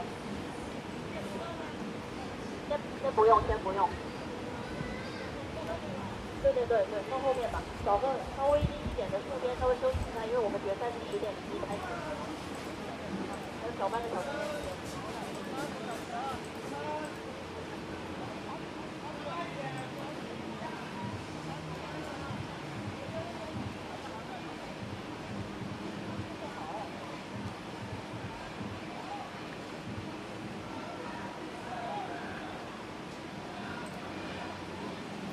Okay, we got all the score here.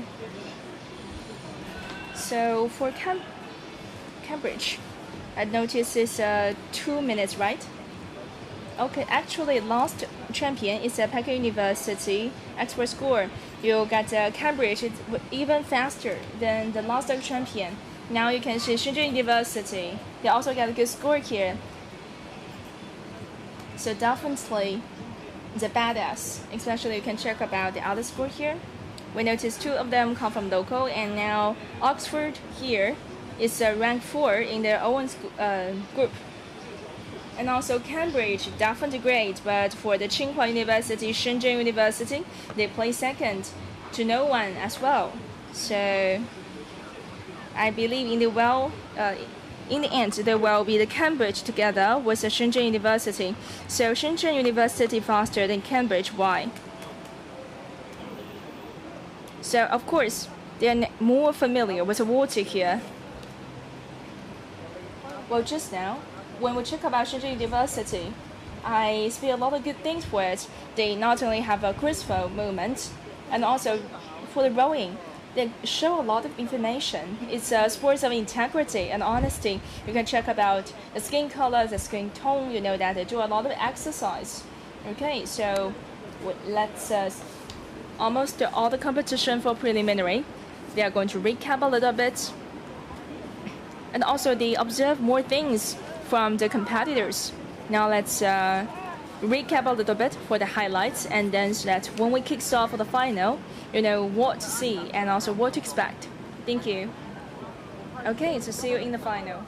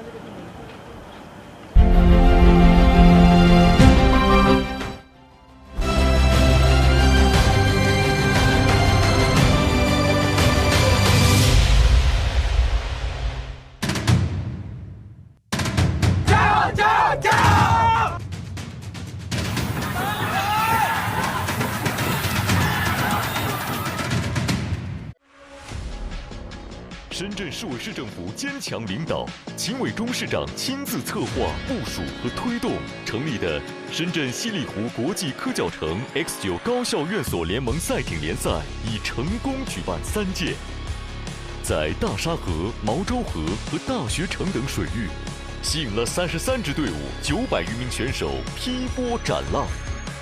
院士、教授、科研人员与学子奋楫争先，以体育为媒，共谋发展新篇。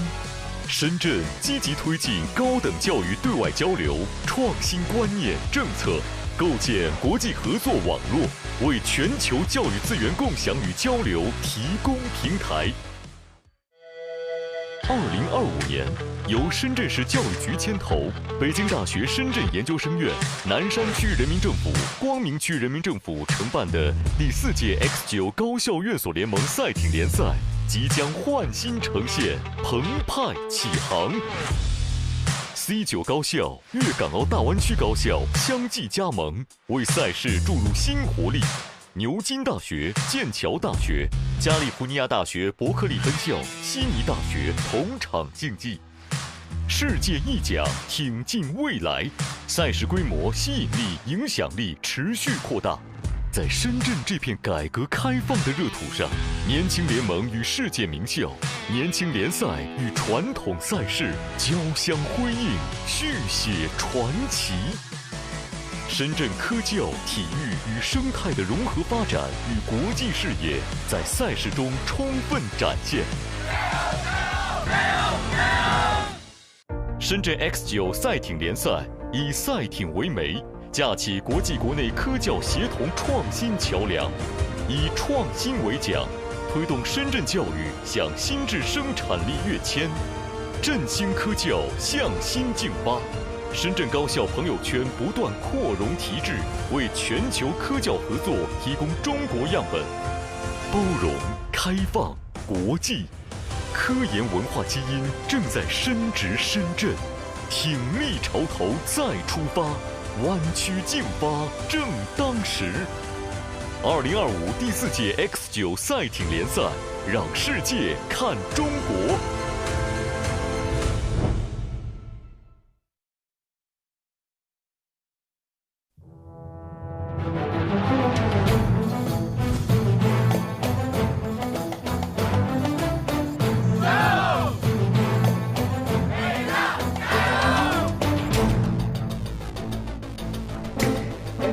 北大的领队啊，我当然希望北大的这个成绩打出好成绩啊，打出风格，打出这个水平。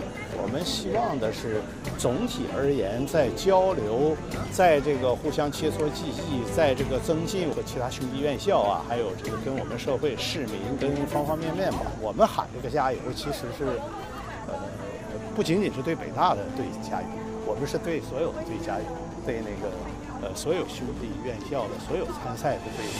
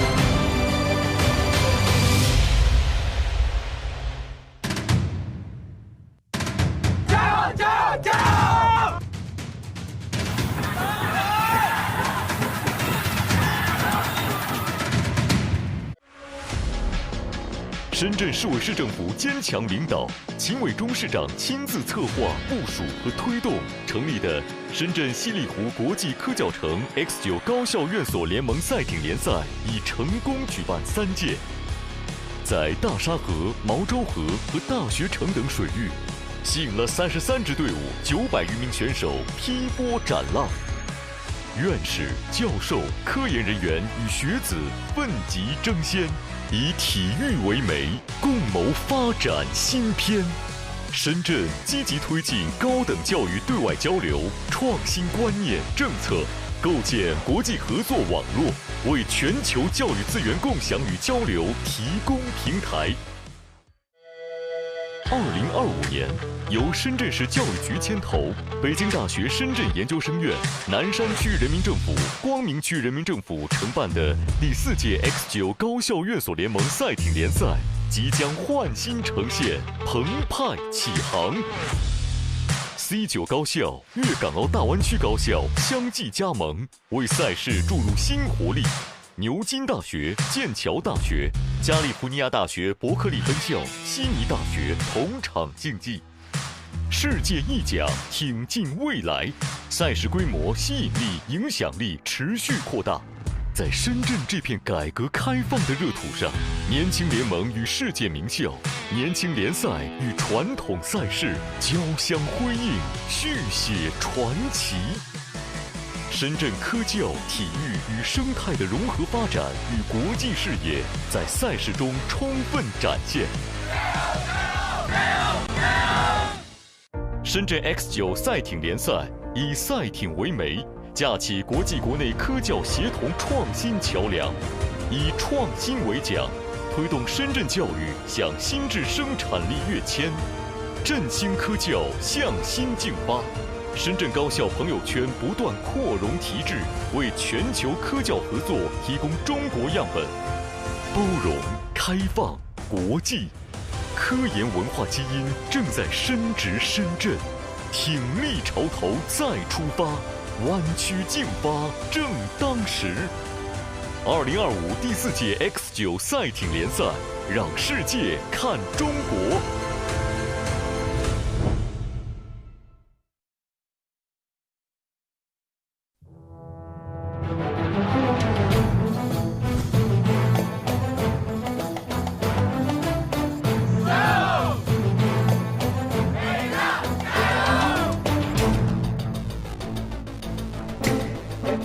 北大的领队啊，我当然希望北大的这个成绩打出好成绩啊，打出风格，打出这个水平。我们希望的是总体而言，在交流，在这个互相切磋技艺，在这个增进和其他兄弟院校啊，还有这个跟我们社会市民跟方方面面吧。我们喊这个加油，其实是不仅仅是对北大的队加油，我们是对所有的队加油，对那个。所有兄弟院校的所有参赛的队伍。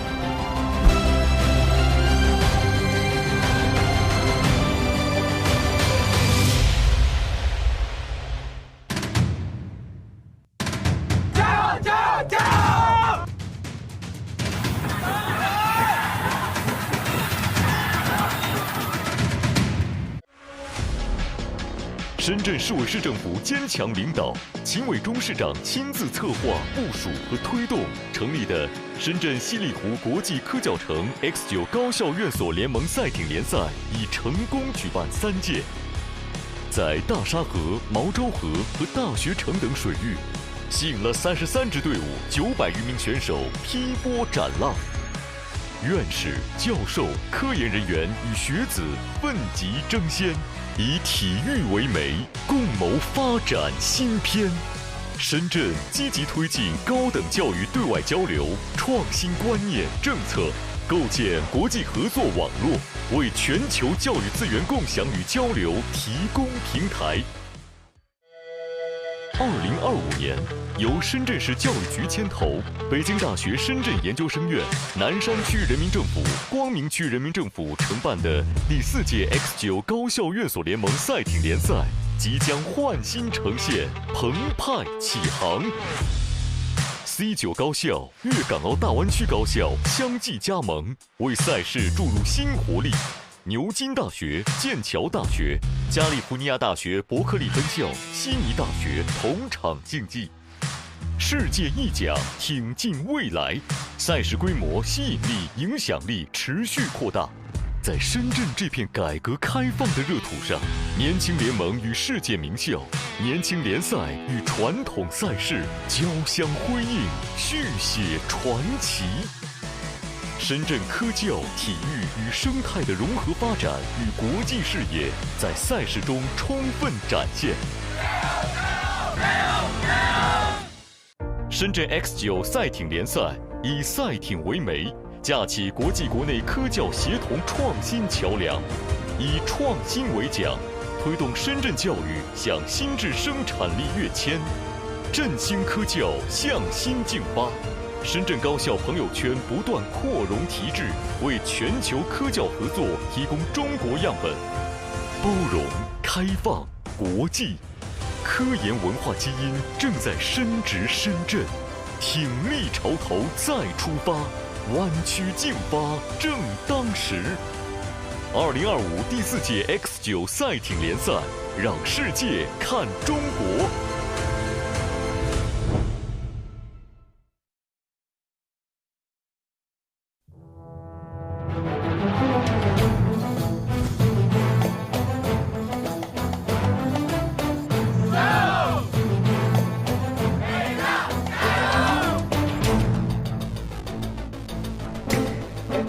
北大的领队啊，我当然希望北大的这个成绩打出好成绩啊，打出风格，打出这个水平。我们希望的是总体而言，在交流，在这个互相切磋技艺，在这个增进和其他兄弟院校啊，还有这个跟我们社会市民跟方方面面吧。我们喊这个加油，其实是不仅仅是对北大的队加油，我们是对所有的队加油，对那个。所有兄弟院校的所有参赛的队伍。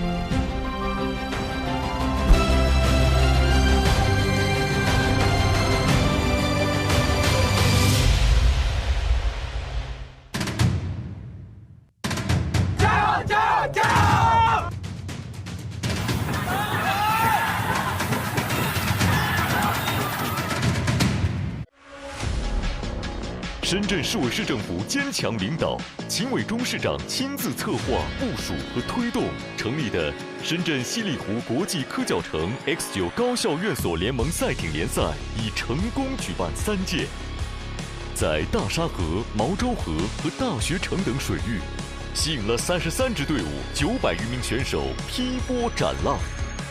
院士、教授、科研人员与学子奋楫争先，以体育为媒，共谋发展新篇。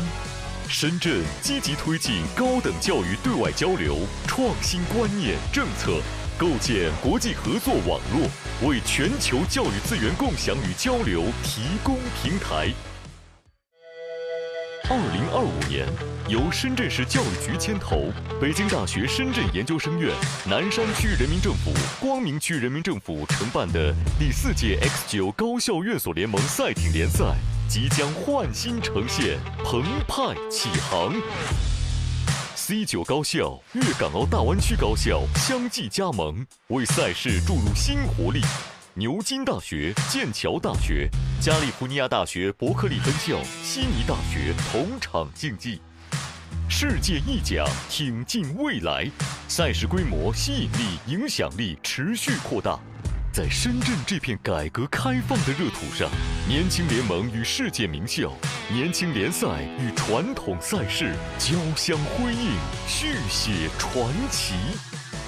深圳科教、体育与生态的融合发展与国际视野在赛事中充分展现。深圳 X9 赛艇联赛以赛艇为媒，架起国际国内科教协同创新桥梁，以创新为奖，推动深圳教育向新质生产力跃迁，振兴科教向新竞发。深圳高校朋友圈不断扩容提质，为全球科教合作提供中国样本。包容、开放、国际，科研文化基因正在深植深圳。挺立潮头再出发，湾区竞发正当时。2025第4届 X9 赛艇联赛，让世界看中国。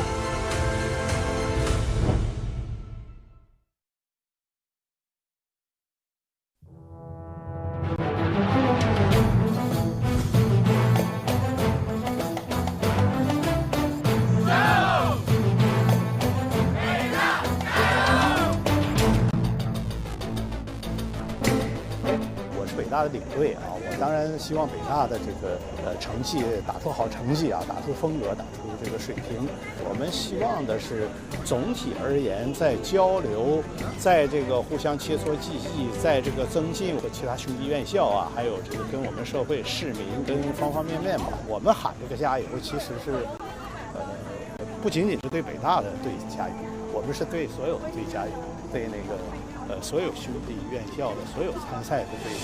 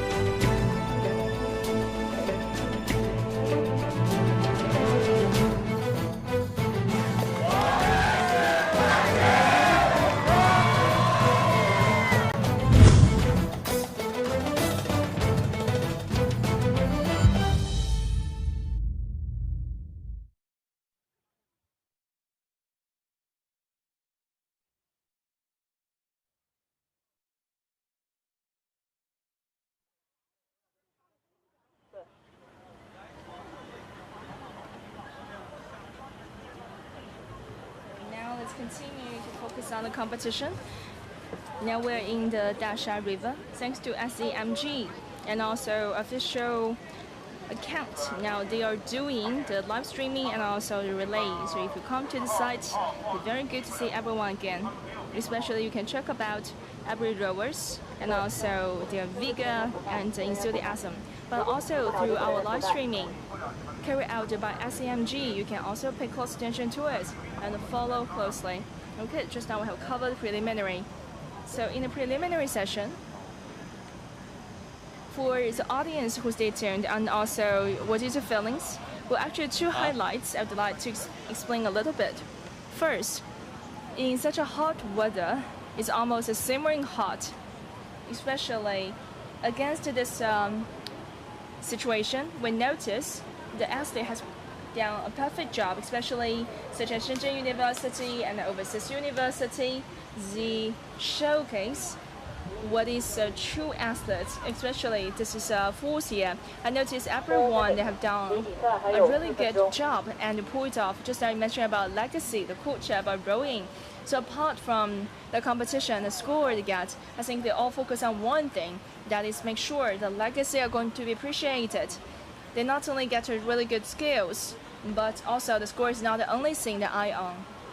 Okay, now let's talk about expert teams, especially the CUHK and HIT. For those two teams, what is the performance in the preliminary? Well, as far as I consider, CUHK, Shenzhen, and also HIT, from the very first competition, HIT has sent teams, and also a lot of rowers, they are familiar face. They participated for 4 years, and also this represents reliability enjoyed by those science and technology university. This is one manifesto. And also for CUHK, they also done something intriguing. They also participate. They just established a team last year and participate as the first competition this year. But even last year, the first time, they already get really good score. So that's why in a single event, I think they attach great importance to it, although they only sent one team, that is expert team, but they has always presented really good show. I'm not so sure what is this year preparation, but all in all, I think HIT and CUHK, they are the really professional team. They always got the top 4 competition strengths. So that's why for the audience, this is something you can look forward to. So CUHK, Shenzhen. CUHK, they are top 8 university in Hong Kong, and also they get at least 100 history, way longer than the mainland China in the rowing sports. And also for CUHK, even in Hong Kong campus, they're quite famous for the strengths, and also now in the Shenzhen campus, they also want to carry out the same legacy. And also for the CUHK and HIT, I also noticed it gets some really famous and also awe-inspiring scientists. I think every year they're going to send 1 or 2 academicians to participate and join the boats. I think this is something quite rare, and they say that for Nanshan, the famous doctors and also the doctor holder of the medicine, they also join something similar. Okay, now you can check about this show, the significant charms and appeal. They attract the audience and also participants from different age group. But I also want to thank you so much for all those academicians. It is their drawings that attract wide attention to know more about rowings. And also for the preliminary, what strikes me the most, I don't know whether you agree with me in this part, that is when that's Shenzhen University, that is part of Oxford. This is something really significant. Okay, so for this round, in the preliminary, when the Shenzhen University surpassed Oxford, what is the feeling? Well, when I realized, when they wear the shirts, it gave me a feeling that they definitely has to fully prepare for it, especially with such a dark skin color and with so many muscles. They must train a lot. So that's why I was deeply impressed by it. The other thing is about the skill. Although it is 4th year they participate, but how they are going to capture water, I think is really skilled and also seasoned. So that's why this is something I want to highlight. The other things when I check about their momentums, and I also noticed there's something you may not see directly, but you can see these are also something quite different. So that's why you can see this is also be one difference between China and national teams. The gap between them is bridged. The other thing I want to say is sometimes they can support each other. Now you can see for the Chinese Olympic teams, we have the breakthrough from zero, and also what is Winter Olympic, Paris Olympic. I think they have got really good result in the end, and in certain single event, they has also been the world top level. And also in certain teams, you can see they're scaling the new heights. Now they started with the competition. Okay, now let's check about these two teams. They are going to compete for the third place. For the HIT, you know, there will be a lot of the male faculties. They start quite vigorously and aggressively. But for the CHK, they also get a lot of female faculty member. This is their professional teams arrangements, and they focus on the coordination. Okay, now let's talk about CUHK. Although the rate of growth is not as frequent as HIT, but you can check about the moves. They are really skilled at it. Or you can see they are good at those tactics and quite adapt. Especially you can see the final performance. Especially right now, the CUHK Shenzhen campus, they definitely had take the lead. Now you can see that CUHK faculties check about the facial expressions. So this is more like sink or swing. Right now they take the lead. They definitely with no reserve. They never holding back. Especially, you can check more information. They have not sent students. They just only got the faculty teams. Let's see if you're the only team, you are going to receive world attention. You put all your efforts into it and remove all the stops. And also for HIT, I think for the tactics part, they made some negative force. So the women's team appears softer. So in terms of strength, it is not as good as the other team. This is the final, and this is approaching the noon. The physical energy poses a great challenge for the women's team. I have a lot of admiration for the women's team. They're about to reach the final line. They're approaching our stage. If they can maintain such movement and speed, I think they can notch the top 3 position.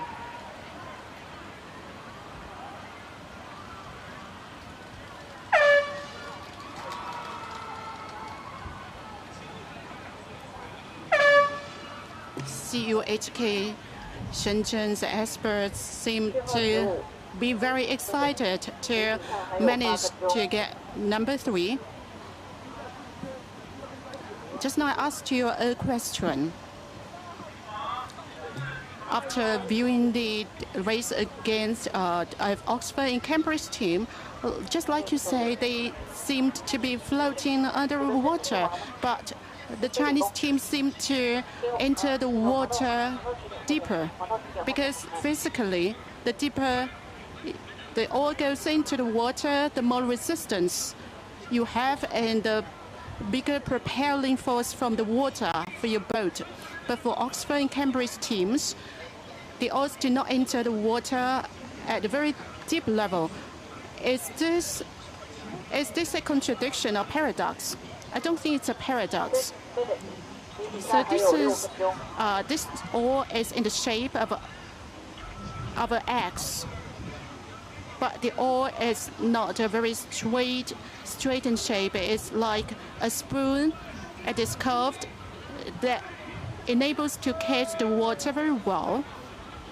So when the blade enters the water, it is at around 3 centimeters from the surface. If the blade is half into the water, it is a waste because it cannot catch the water very well.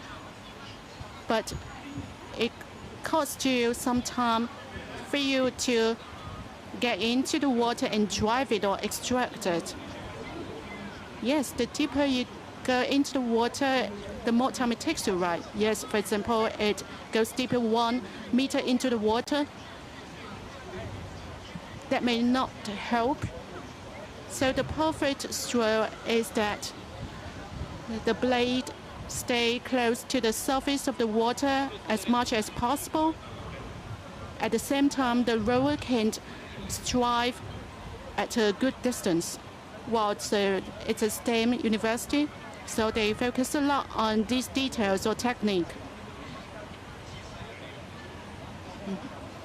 And in terms of physics, we see that for the boat for the 8th race, it is around 17 meters. That affects the race. And the physical energy is important for the 8th race. But I think for the expert team with a powerful competitor, the expert crew can perform better. So in a race, the boat can race at around 20 centimeters per second. So that may lead to 5 to 7 meter distance or gap if they have a slight gap in terms of the timing. These two teams are very interesting. They had raced before against each other. From last year, the Shenzhen University of the two graduate schools of PKU and Tsinghua University was in the final. But of course, last year, the Shenzhen University of Technology had managed to champion in all the 3 races. So I don't think they will easily cede the number 1 position to the other team. Of course, the two teams have great experience, then they want to rival against each other. They have a great record, so I'm sure the final is they will present a great final race. And like I said, we need to look at how deep the oar breaks into the water.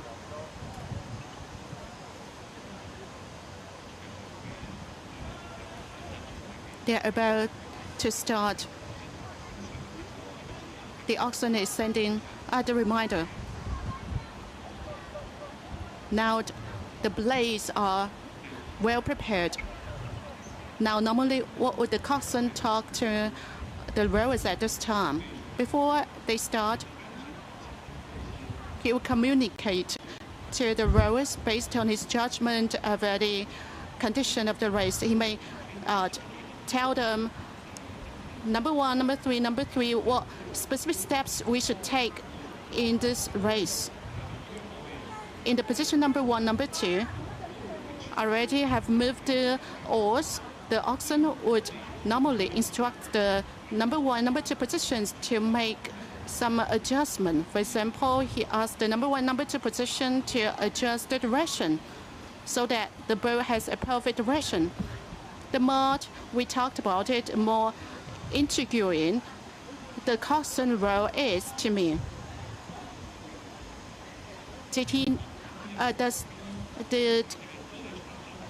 Is it a must for the coxswain to have experience as a rower, or how do they select the oxen? Well, you always see that the coxswain is at a lower position on the boat, but that's not because the seat is lower. It's often because the coxswain is often shorter. For a race, it requires the coxswain to be less than 50 or 55 kilos for women and men's race. In this way, it is lighter for the boat. If the coxswain, so the rower needs to be like 180 for men and 175 for women. But it's not the case for coxswain. The coxswain is always a student leader, and he needs to be able to socialize with the members and need to be able to motivate the rowers. That means he or 深 she 圳理工大学 may not necessarily have very rich experience as rowers, but he should be able to have good leadership. He should not be too tall, but should be able to socialize and communicate with the rowers. Right, that's not an easy job to do. It is started. This is an elegant race. It is distinctive, this race. At the start, the Shenzhen University of Technology 最后16 already is striving at utmost energy, but the other team has very high frequency. The race lane is a very long distance lane, so the starting is very important. 比赛还有10分钟。 Before the start, what would you communicate to the rowers for good preparation of the start? Well, starting is a painful stage because you cannot sustain a very high-speed race all throughout the course. So an experienced coxswain would tell 3 important pieces of details on how to start, how to distribute their physical energy, and how to manage at the final line.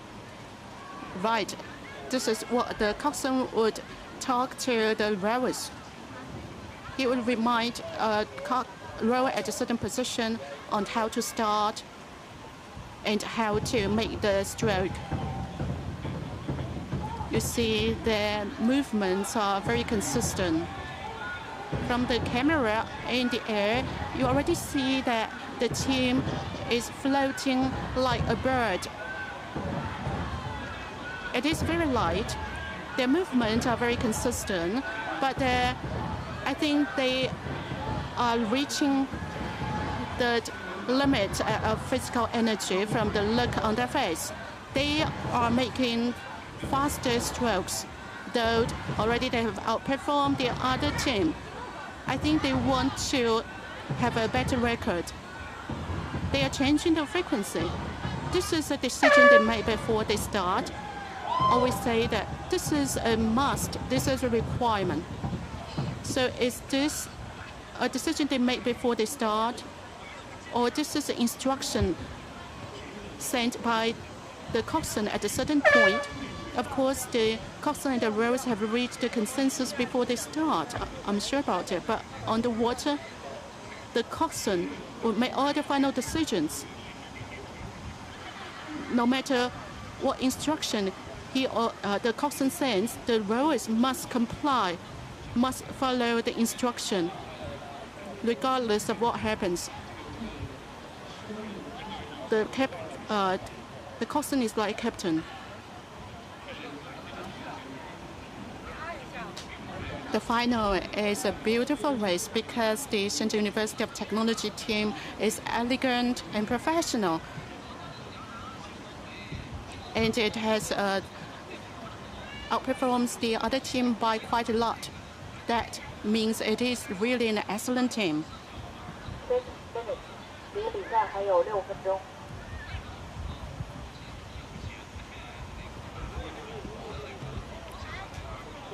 From what you said just now, I've realized that there are 2 keywords. Beautiful movement, beauty. Professionalism is quite ambiguous, but let's start with our feeling. Beautiful already means that it is professional. And the physical strength in the final already is not as good as the preliminary. It has weakened. They are just like the birds on the water. They appear very elegant. 对， I totally echo with you, especially from the normal rowing. It's more like running or jogging a little bit. You may get a coach to help you running in a more elegant way.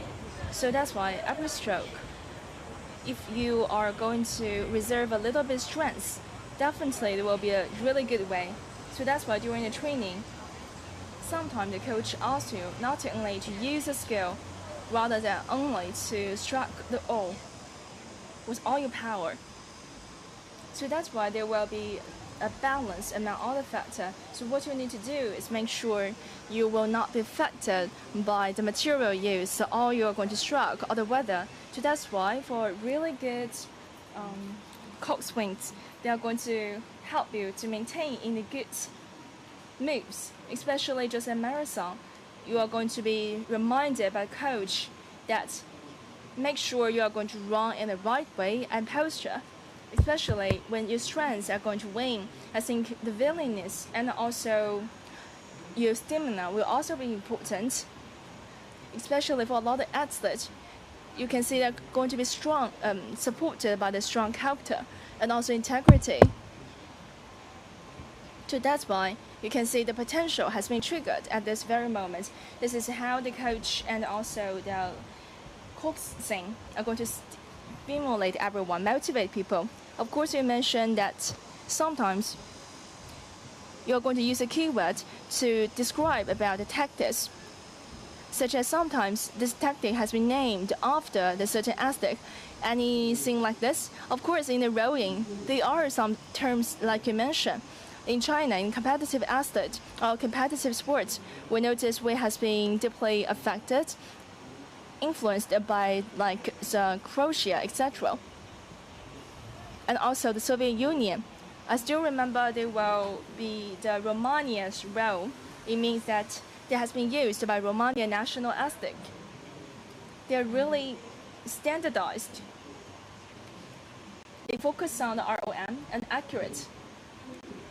And I still remember at that time, the Romania drawing are going to help them to win the competition, especially in the era of the Soviet Union. Nowadays, for the female 8 rows, I still remember they get champions in the Paris competition. They definitely find the best way for themselves.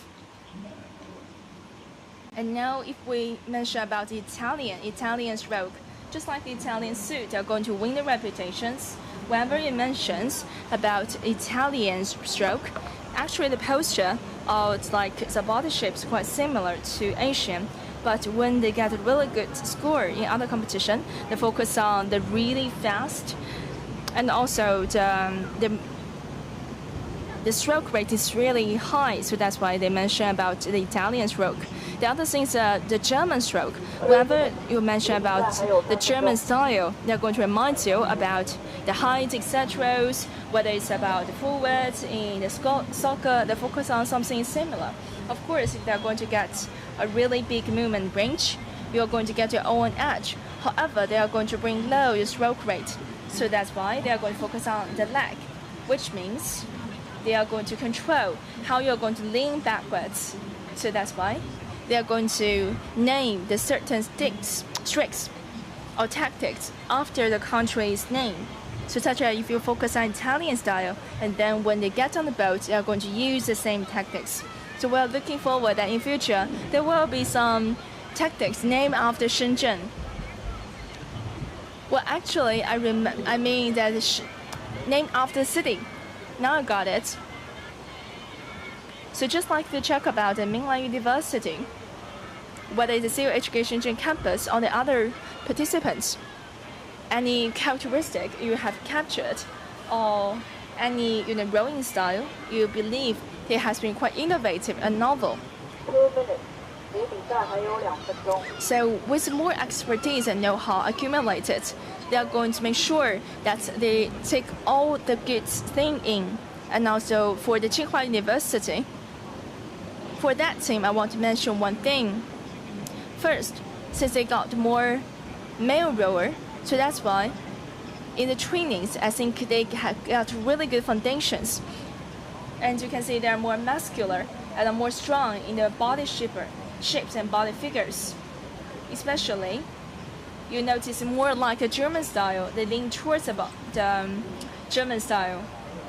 Especially, you can see they focus on those standardization and certain things you can resort to.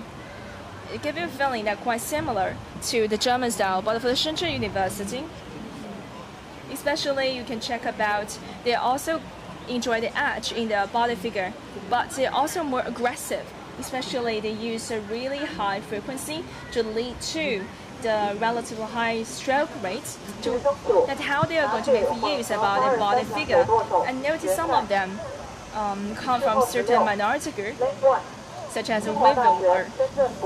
They also go quite aggressive, like the Italian style. And then this is also what we can name after, like the Shenzhen style. I think today we have created not only created new terms, such as Shenzhen style, etc. Just like what we have checked just now, they have something to do with your body figure and also your skill, and also the culture boasted by the university you come from, and also the city vibe. Okay, now check about next one. Right now, this is Shenzhen University of Advanced Technology, and also Tsinghua University. They also take same tones of the violet. Now you can see the Tsinghua University, they have the deeper violet color. Especially for the Tsinghua University, if you check about the figure, they're relatively taller. It's more like the German style. So that's why every stroke is more powerful. And also they have a mixed one. Now they competed for the third place. So just now I already mentioned that what is the benchmark against? Not only you can find something reflected in the competition, and also after we do more research after competition, you can also feel it, such as if they are taller than you. And then you need to have your own tactic focus on this part. Especially with competitors that are taller. And for the Shenzhen style, you need to be bold enough, dare to try.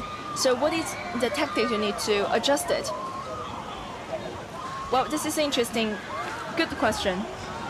First, it is a competition. The competitor is next to you. You can observe it. Of course, you can adjust the tactics to make sure you are going to get upper hand. Let's say for a competitor, they are really good at a fast starting. They can get a safe lead because you can see how you're going to strike. Or how you catch water, and then you are going to be more aggressive than them. So that's why at the very beginning, you still get a really good mat side, but later pace has been disturbed. And then I notice you try to observe me, and then if you are more capable in that part, I am going to pretend that I'm not your equal, but suddenly you notice I can catch you in a very short period. I notice that you think this men's side competition is really severe or more important than a skill competition. Well, actually agree with you, especially I know sometimes that the strength and the stamina is more important, and such as Messi. I think it is the men's side that are going to help you to reach the better ranking and competition result. It's more like top selling here. So they definitely learn some lessons from the failure, and then they are going to grow from that. They are going to hone the skill even further. Same like the rolling do not need a lot of tactic, but this is wrong. Although they focus more on the strength and stamina, especially if you are going to more strong in your bodies, or tall, and also give you a feeling that you are quite stout and gigantic. It will be easier for you to control the stroke rate, and you are going to have the bigger movement range. And especially when those track is not so long, they're going to give you an edge inherently. People joking that this is a gift given to you by birth. So that's why when you are going to give the education to the children, it's quite similar. Some are going to get the edge in language training, while the other is really good in the literacy or the AI or the other innovation created in Shenzhen. They're going to help you to get the edge here. Well, this is more like inherent endowment, how they are going to help you cover more grounds. Of course, you want to make sure that there will be some suggestion for your teams.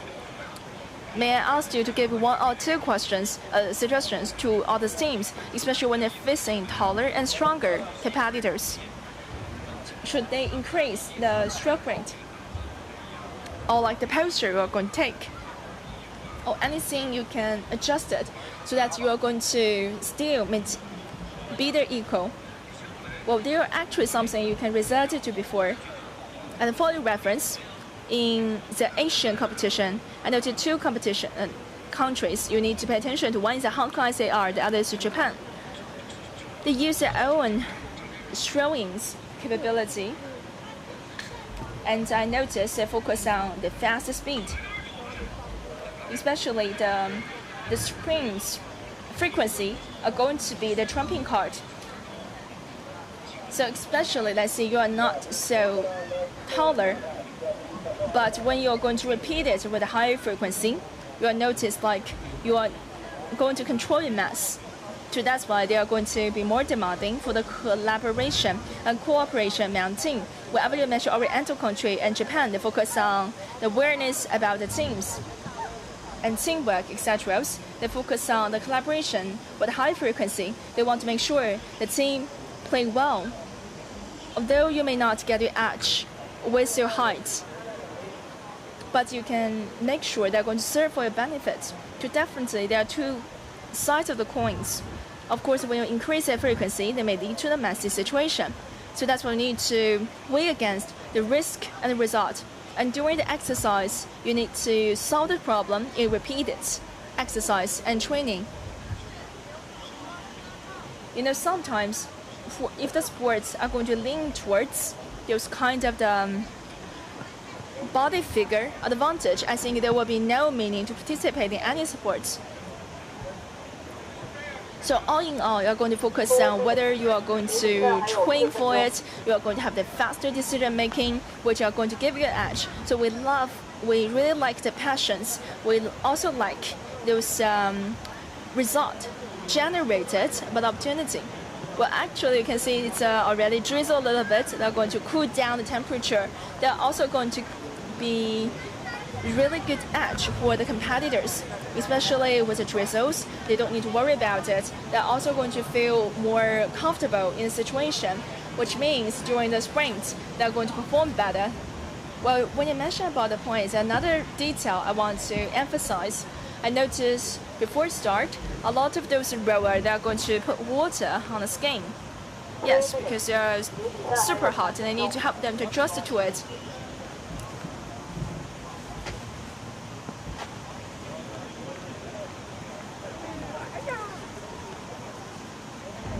Okay, so for 8 mixed competitions, squash cockpit. Now you can see, you can check about 2 teams and also the rival.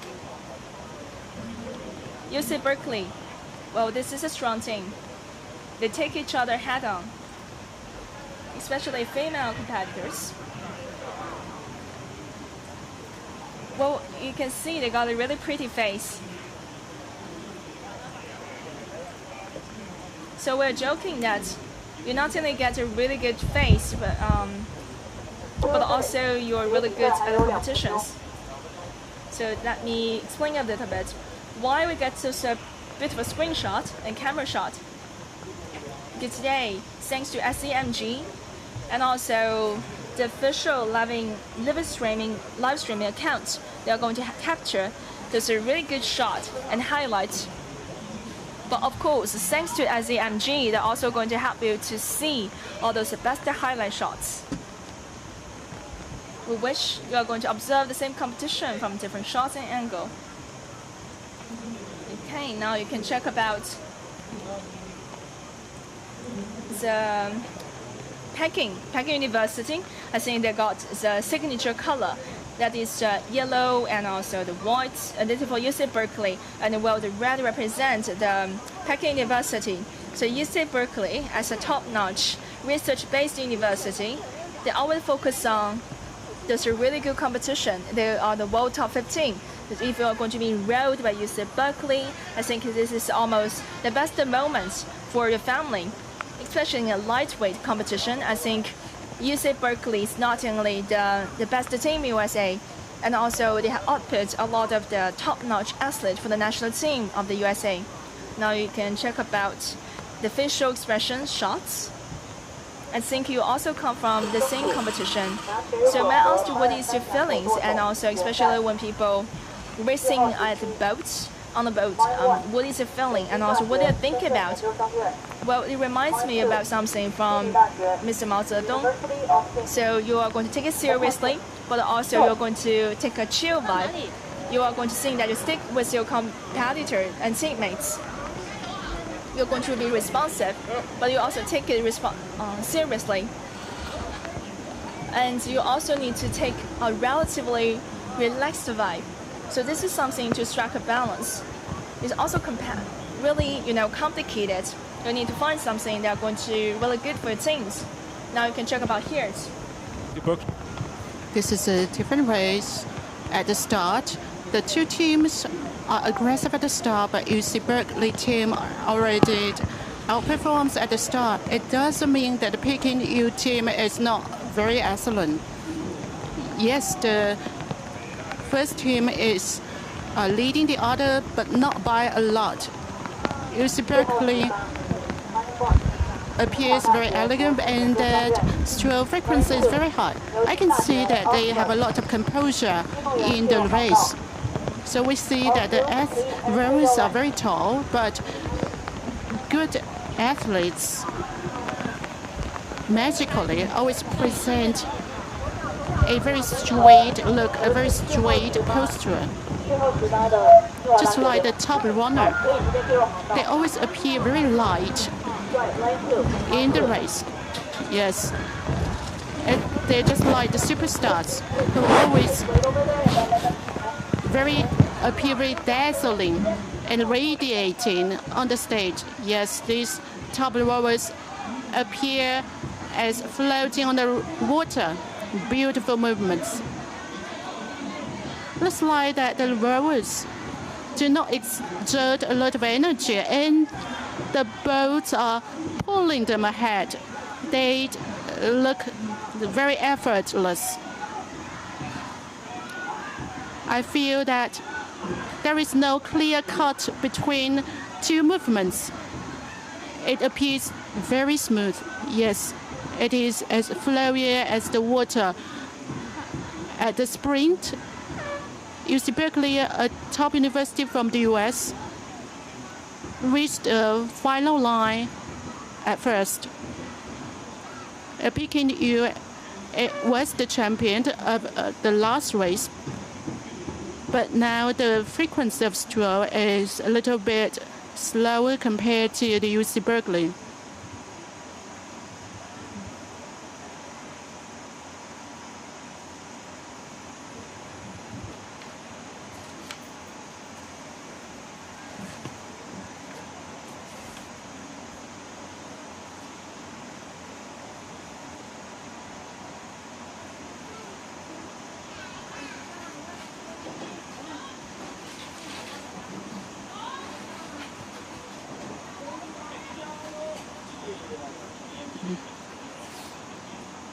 We set up the studio just right on the bank. Wow, this girl is very eye-catching today. She looks like a superstar, right? Well, on the screen, and you see that another team passed it by right on their side, and it's quite fast. You said it is 20 to 30 meters per second, right? For the sprint, a good team managed to be over 20 kilo per hour, very fast. And you see that the coxswain sent very clear instruction to the rowers just now, as I could hear.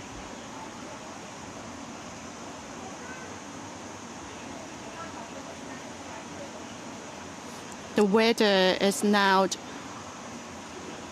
improving, and that's better for the race. The rain has almost stopped, and this becomes a better race to view now for the spectators on the bank, because you see that this is a highly competitive race, a good competition among the teams. So the mains A with coxswain. There is a good highlight here. This is between Oxford University against a local team for the second place. I need to make correction. Just now, the race was between PKU against the University of Sydney. The next one is men's 8 with Oxford final.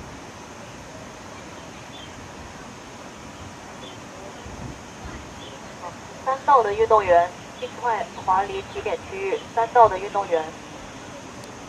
Now you're watching the S9 Alliance University and Institutes Rowing League on the River of Dasha in Nanshan District, Shenzhen. It is the final. It continues. The result will be released very soon. This is men's 8 with Coxon, and I think it's the Oxford, Cambridge, and also Shenzhen University teams, as well as Tsinghua University Shenzhen International Graduate School team. Just now in the camera, you saw the Tsinghua University team against Oxford University team from the UK. Just now, the two raced against each other already. Maybe we're expecting something new in this race.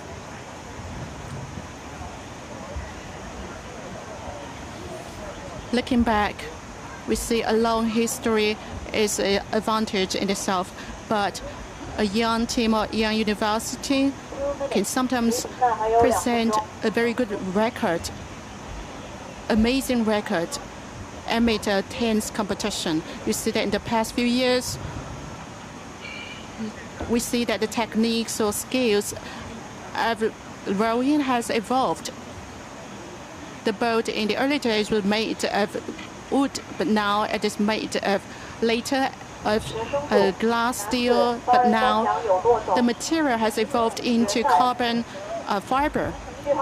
But why was rowing the fastest water sport in the history? Because it used the strength of both legs. That's why it is much faster than the other boat racing. It was invented by the British people several hundred years ago. We discovered a lot of Shenzhen technique in the rowing. I hope that more people can see the charm of the Shenzhen's unique rowing technique.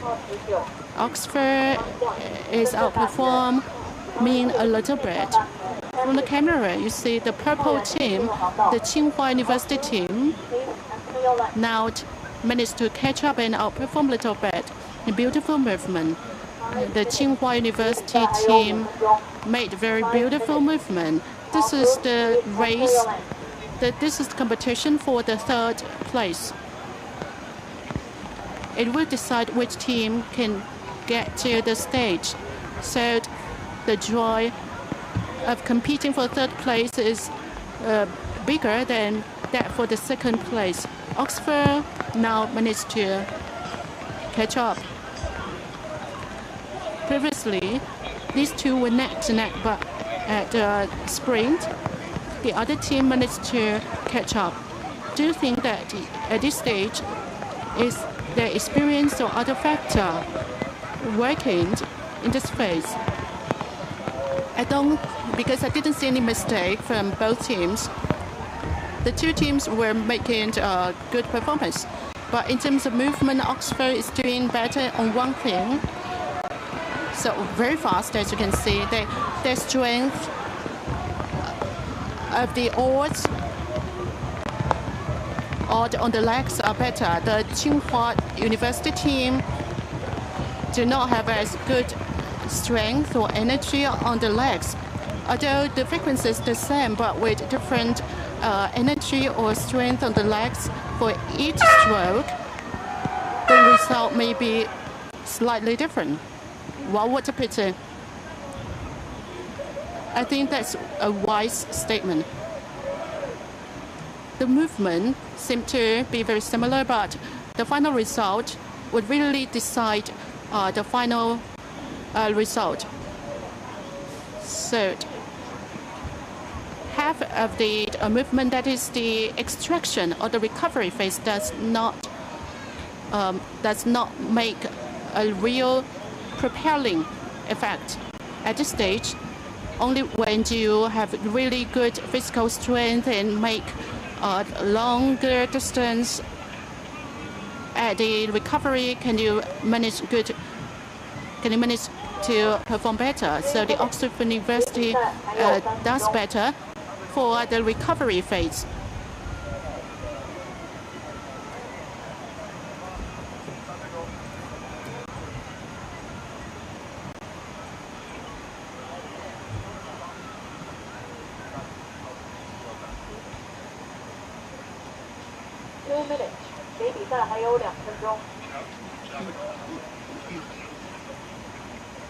The two are really neck to neck when they reach the final line.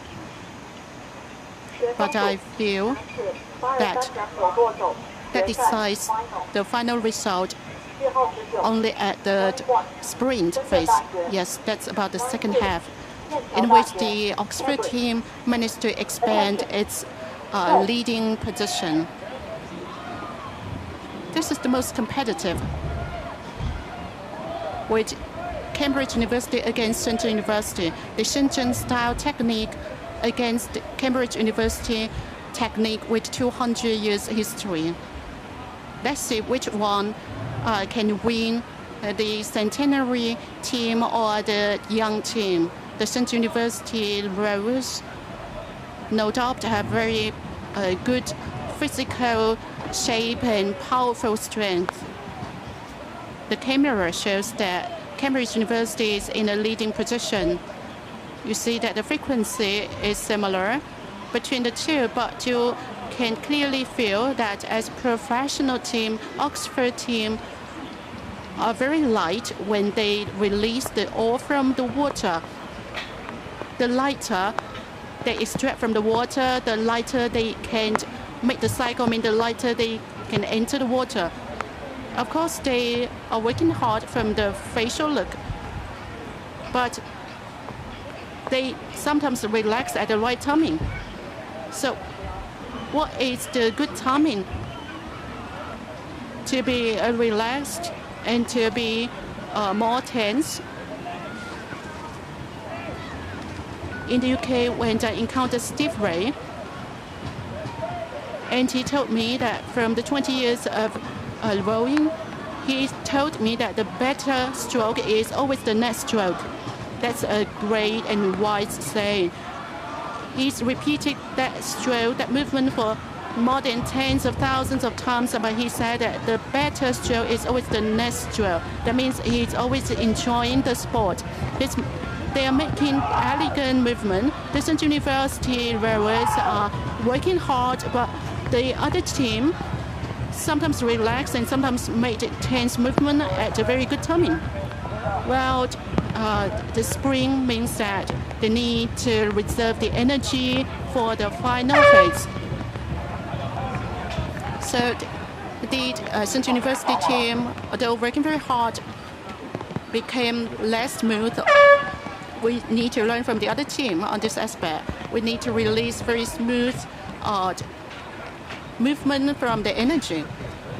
For now, I don't think the Shenzhen University team is not is as good as the other team in terms of physical energy. They are as strong physically as the other team. They are very proficient. So these rowers from the British team already rowed in their middle or high school when they were very young, but these teams from China only learn rowing in the university with the help of the government. So they learned it at a later stage. It is a gradual learning process for them.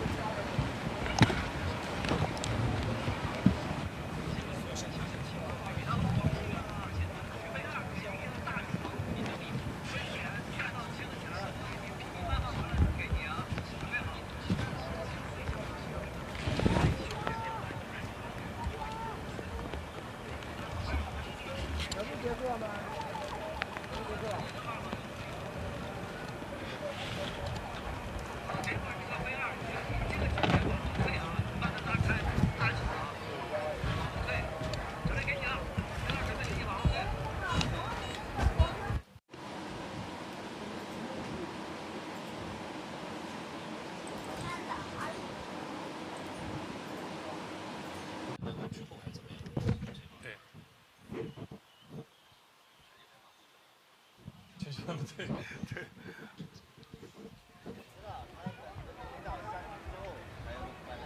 好吧，那我在前面等你。有没有人来啊？没人来，我帮你啊。我不知道他怎么安排，说不是我就这时间去完了。那你等一下跟峰哥说吧，反正你那边有内钟嘛。问一下喽，你让车上叫点人过来吧，他那边结束了，没有赛事了。那个抓我过来。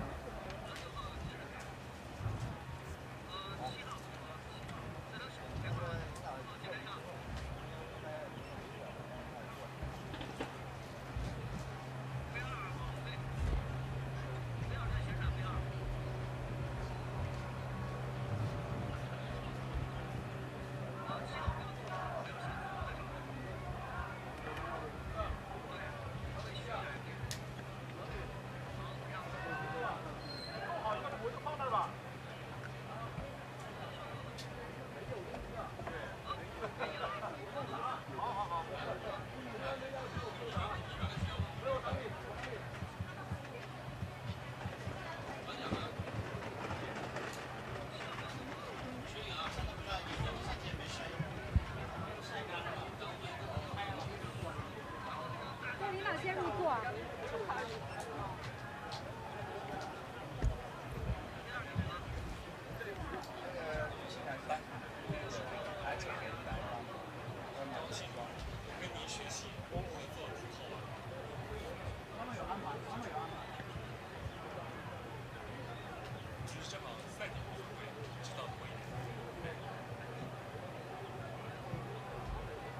加你们哈，康大。好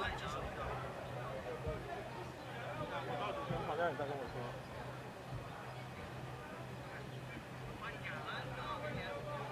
那像这样。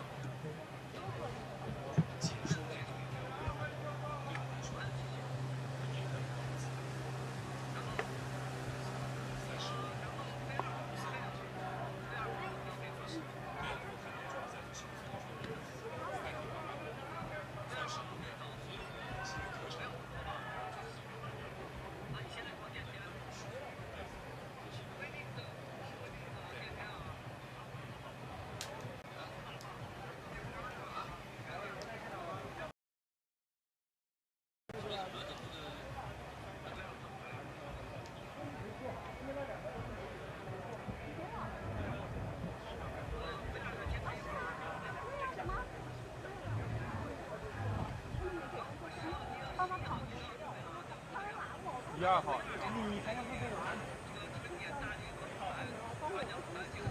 这个12级不是说有一个平台的吗？平台的人谁？你拿着。喂，等我。深圳的。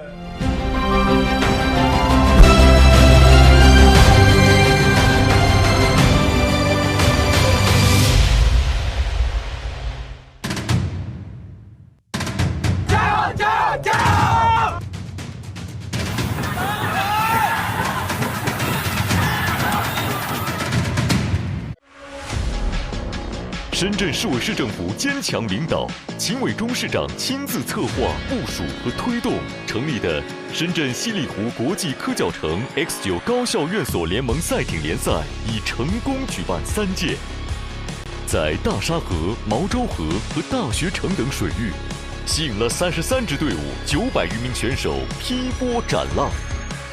院士、教授、科研人员与学子奋楫争先，以体育为媒，共谋发展新篇。深圳积极推进高等教育对外交流，创新观念政策，构建国际合作网络，为全球教育资源共享与交流提供平台。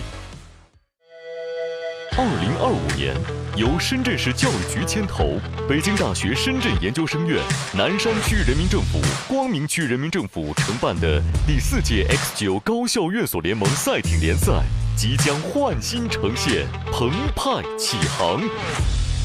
C9 高校、粤港澳大湾区高校相继加盟，为赛事注入新活力。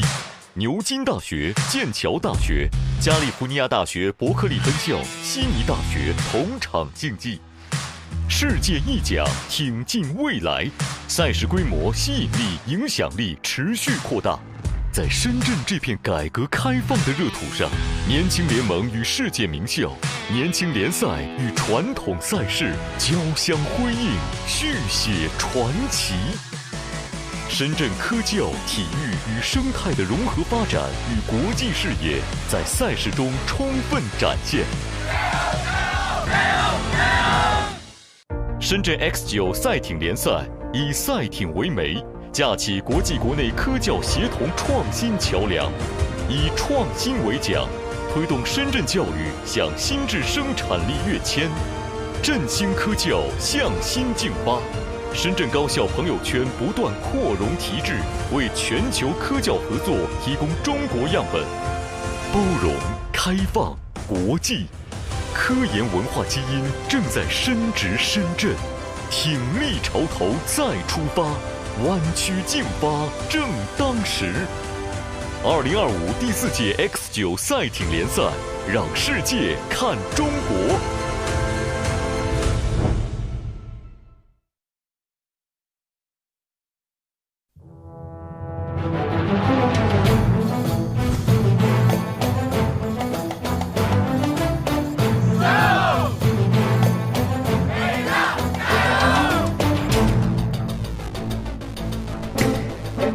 北大的领队啊，我当然希望北大的这个成绩打出好成绩啊，打出风格，打出这个水平。我们希望的是总体而言，在交流，在这个互相切磋技艺，在这个增进和其他兄弟院校啊，还有这个跟我们社会市民跟方方面面吧。我们喊这个加油，其实是不仅仅是对北大的队加油，我们是对所有的队加油，对那个。所有兄弟院校的所有参赛的队伍。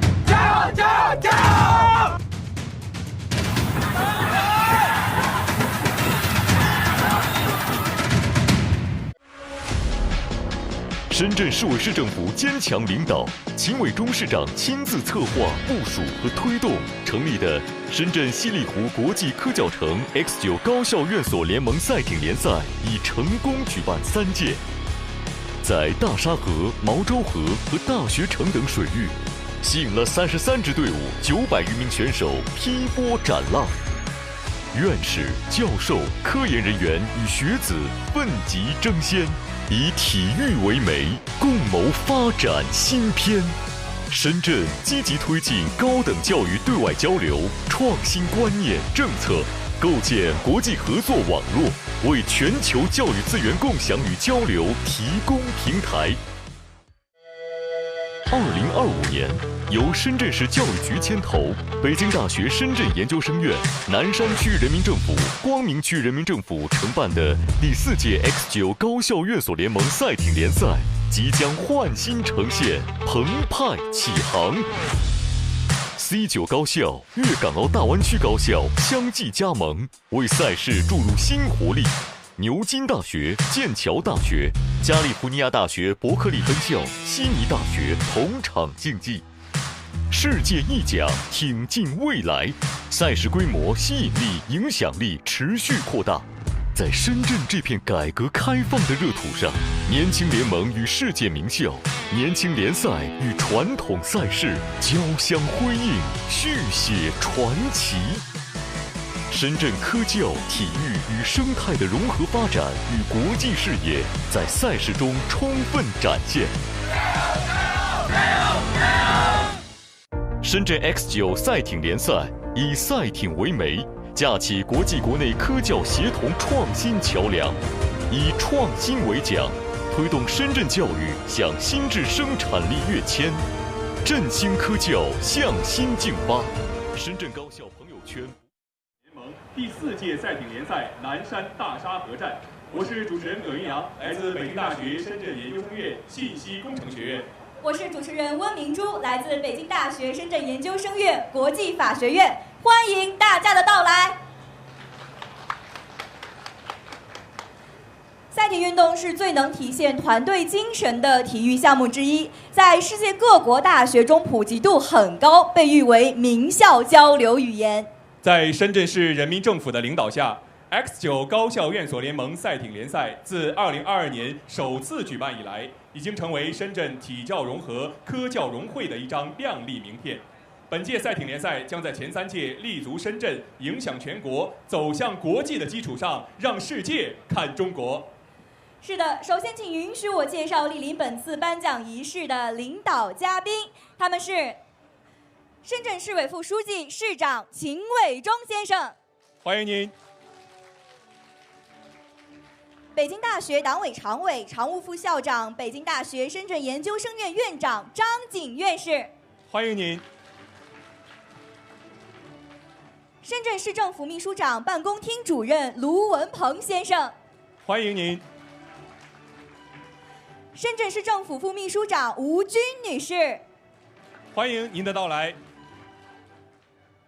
还有市教育局、市文体局、南山区政府、市水务局、市城管局、市气象局、市消防救援局、市红十字会、深圳广电集团相关负责同志以及 X9 联盟成员单位的领导们，欢迎你们。我们还要特别欢迎来自牛津大学、剑桥大学、加利福尼亚大学伯克利分校、悉尼大学、北京大学本部、清华大学本部等6所高校、7个国家的56名选手与教练，让我们再次以热烈的掌声欢迎他们的到来。荣耀的奖牌是对拼搏过程最好的加冕，但赛艇运动的魅力远不止于胜负，它流淌在每一滴汗水中，蕴藏在每一次团队协作里，体现在每一位运动员对梦想的执着追求和对体育精神的深刻诠释中。下面有请运动员代表来自北京大学深圳研究生院的王家辉同学上台分享，掌声有请。有请。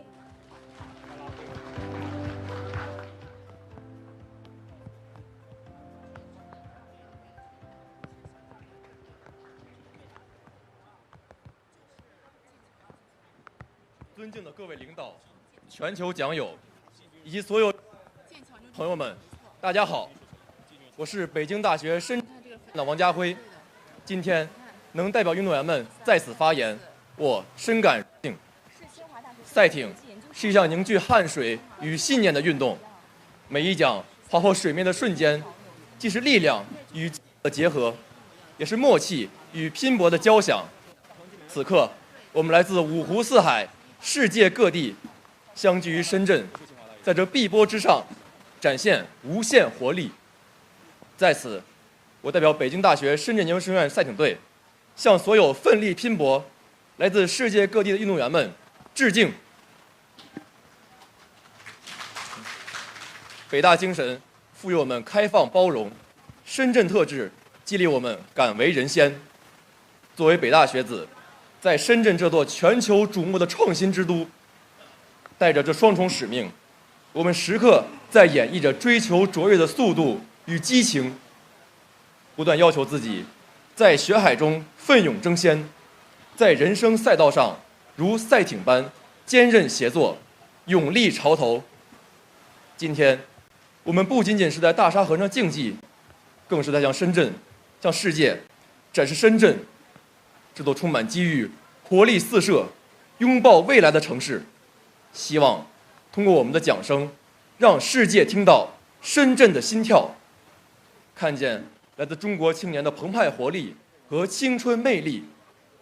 最后，请允许我代表所有运动员们，感谢 X9 高校院所联盟搭建如此专业的赛艇竞技平台，让来自不同地方的我们交流切磋。感谢教练员们日复一日的智慧引领，感谢志愿者们无微不至的守护，更要感谢河岸的观众朋友们，大家的热情鼓舞，让我们每一讲都充满力量。大沙河铭记的是我们共同写下的勇气诗篇，愿这份同舟共济、跨越国界的体育精神，载着我们驶向更远的航道，也让世界更深入的了解和欣赏我们挚爱的深圳。谢谢大家。谢谢，再次感谢家辉同学的精彩发言。下面让我们有请运动员代表，来自加利福尼亚大学伯克利分校的 Lucy Martin 同学上台分享。Welcome。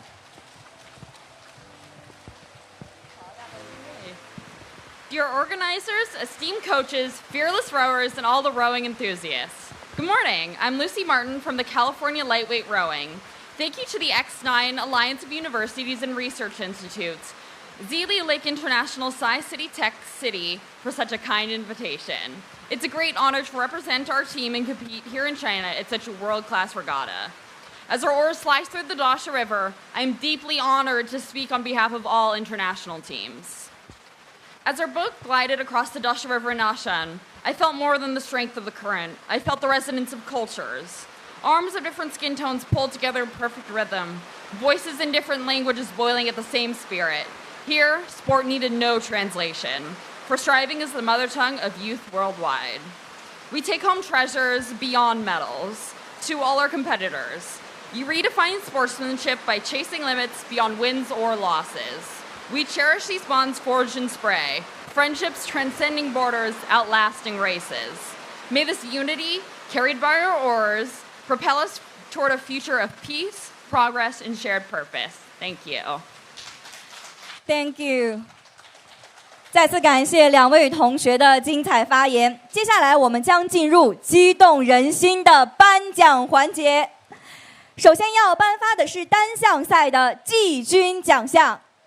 获得专家组8人单桨有舵手项目季军的是香港中文大学深圳赛艇队。获得学生组男女混合8人单桨有舵手项目季军的是清华大学深圳国际研究生院赛艇队。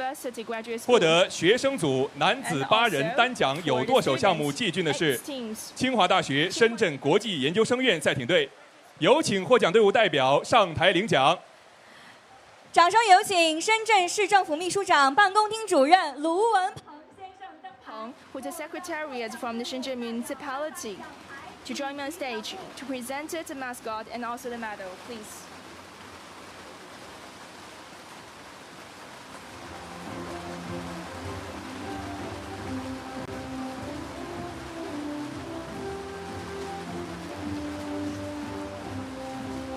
请颁奖嘉宾与获奖队伍代表一起看向摄影师合影留念。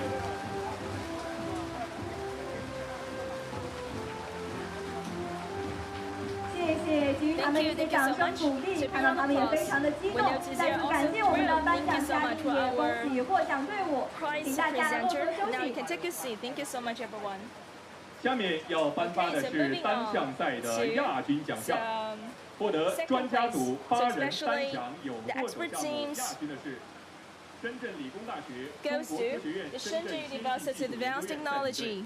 Welcome and also congratulations and also for students group mixed eights. Second place goes to the Peking University Graduate School. And also for student group 8, second place goes to the Oxford and also student group 8.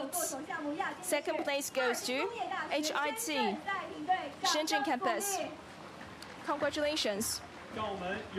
So big round of applause to Peking University's VP and also the party secretary, academician Zhang Jie, to join me on stage, present the medal and also the mascot.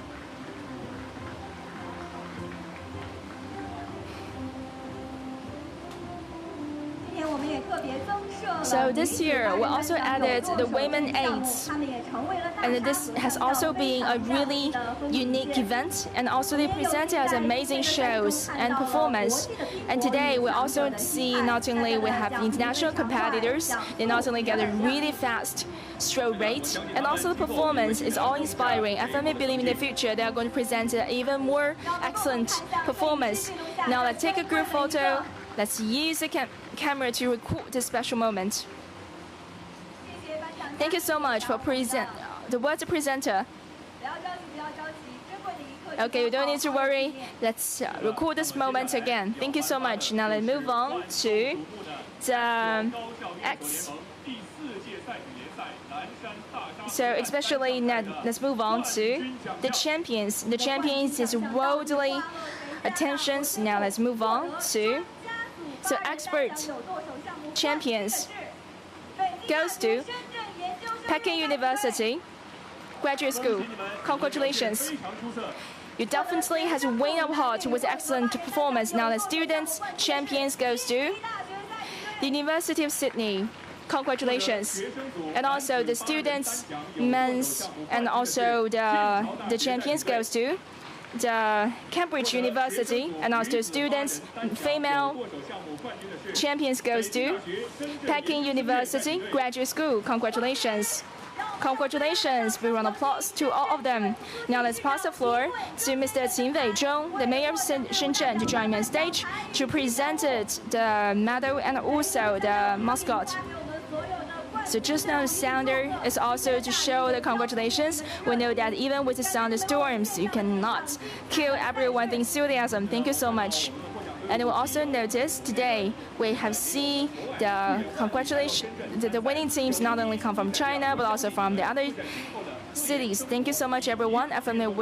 We believe everyone going to get a better result and also to have the memorable moment. Now we can see a really good performance, just like Aga today has dancing on the water. Not only have seen the powerful move, but also they have lived those memorable moments. Now let's invite Mayor Qin to take a group photo with all those winning teams. Now big round of applause to them one more time. They belong to this moment.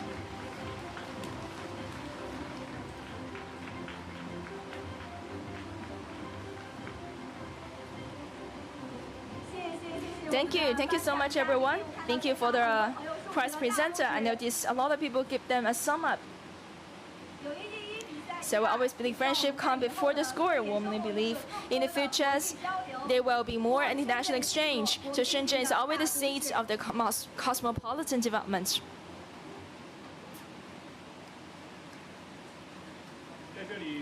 Thank you so much, everyone. So congratulations to coaches and also all these rowers. Thank you so much.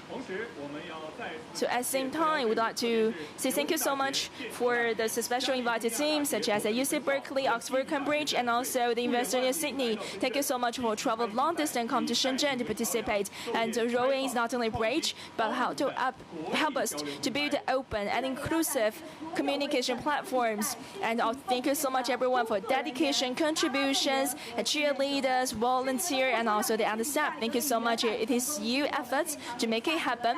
Now you can see there's a thunderstorm coming, but thank you so much for your hard work. We really appreciate your efforts. Now please allow me to announce this year the fourth Shenzhen X9 Alliance of University of the Institute, the rowing league around X League Sciensity had come to successful end. So next time we are going to have the University to have another leg. Let's invite world attention to China. Thank you so much.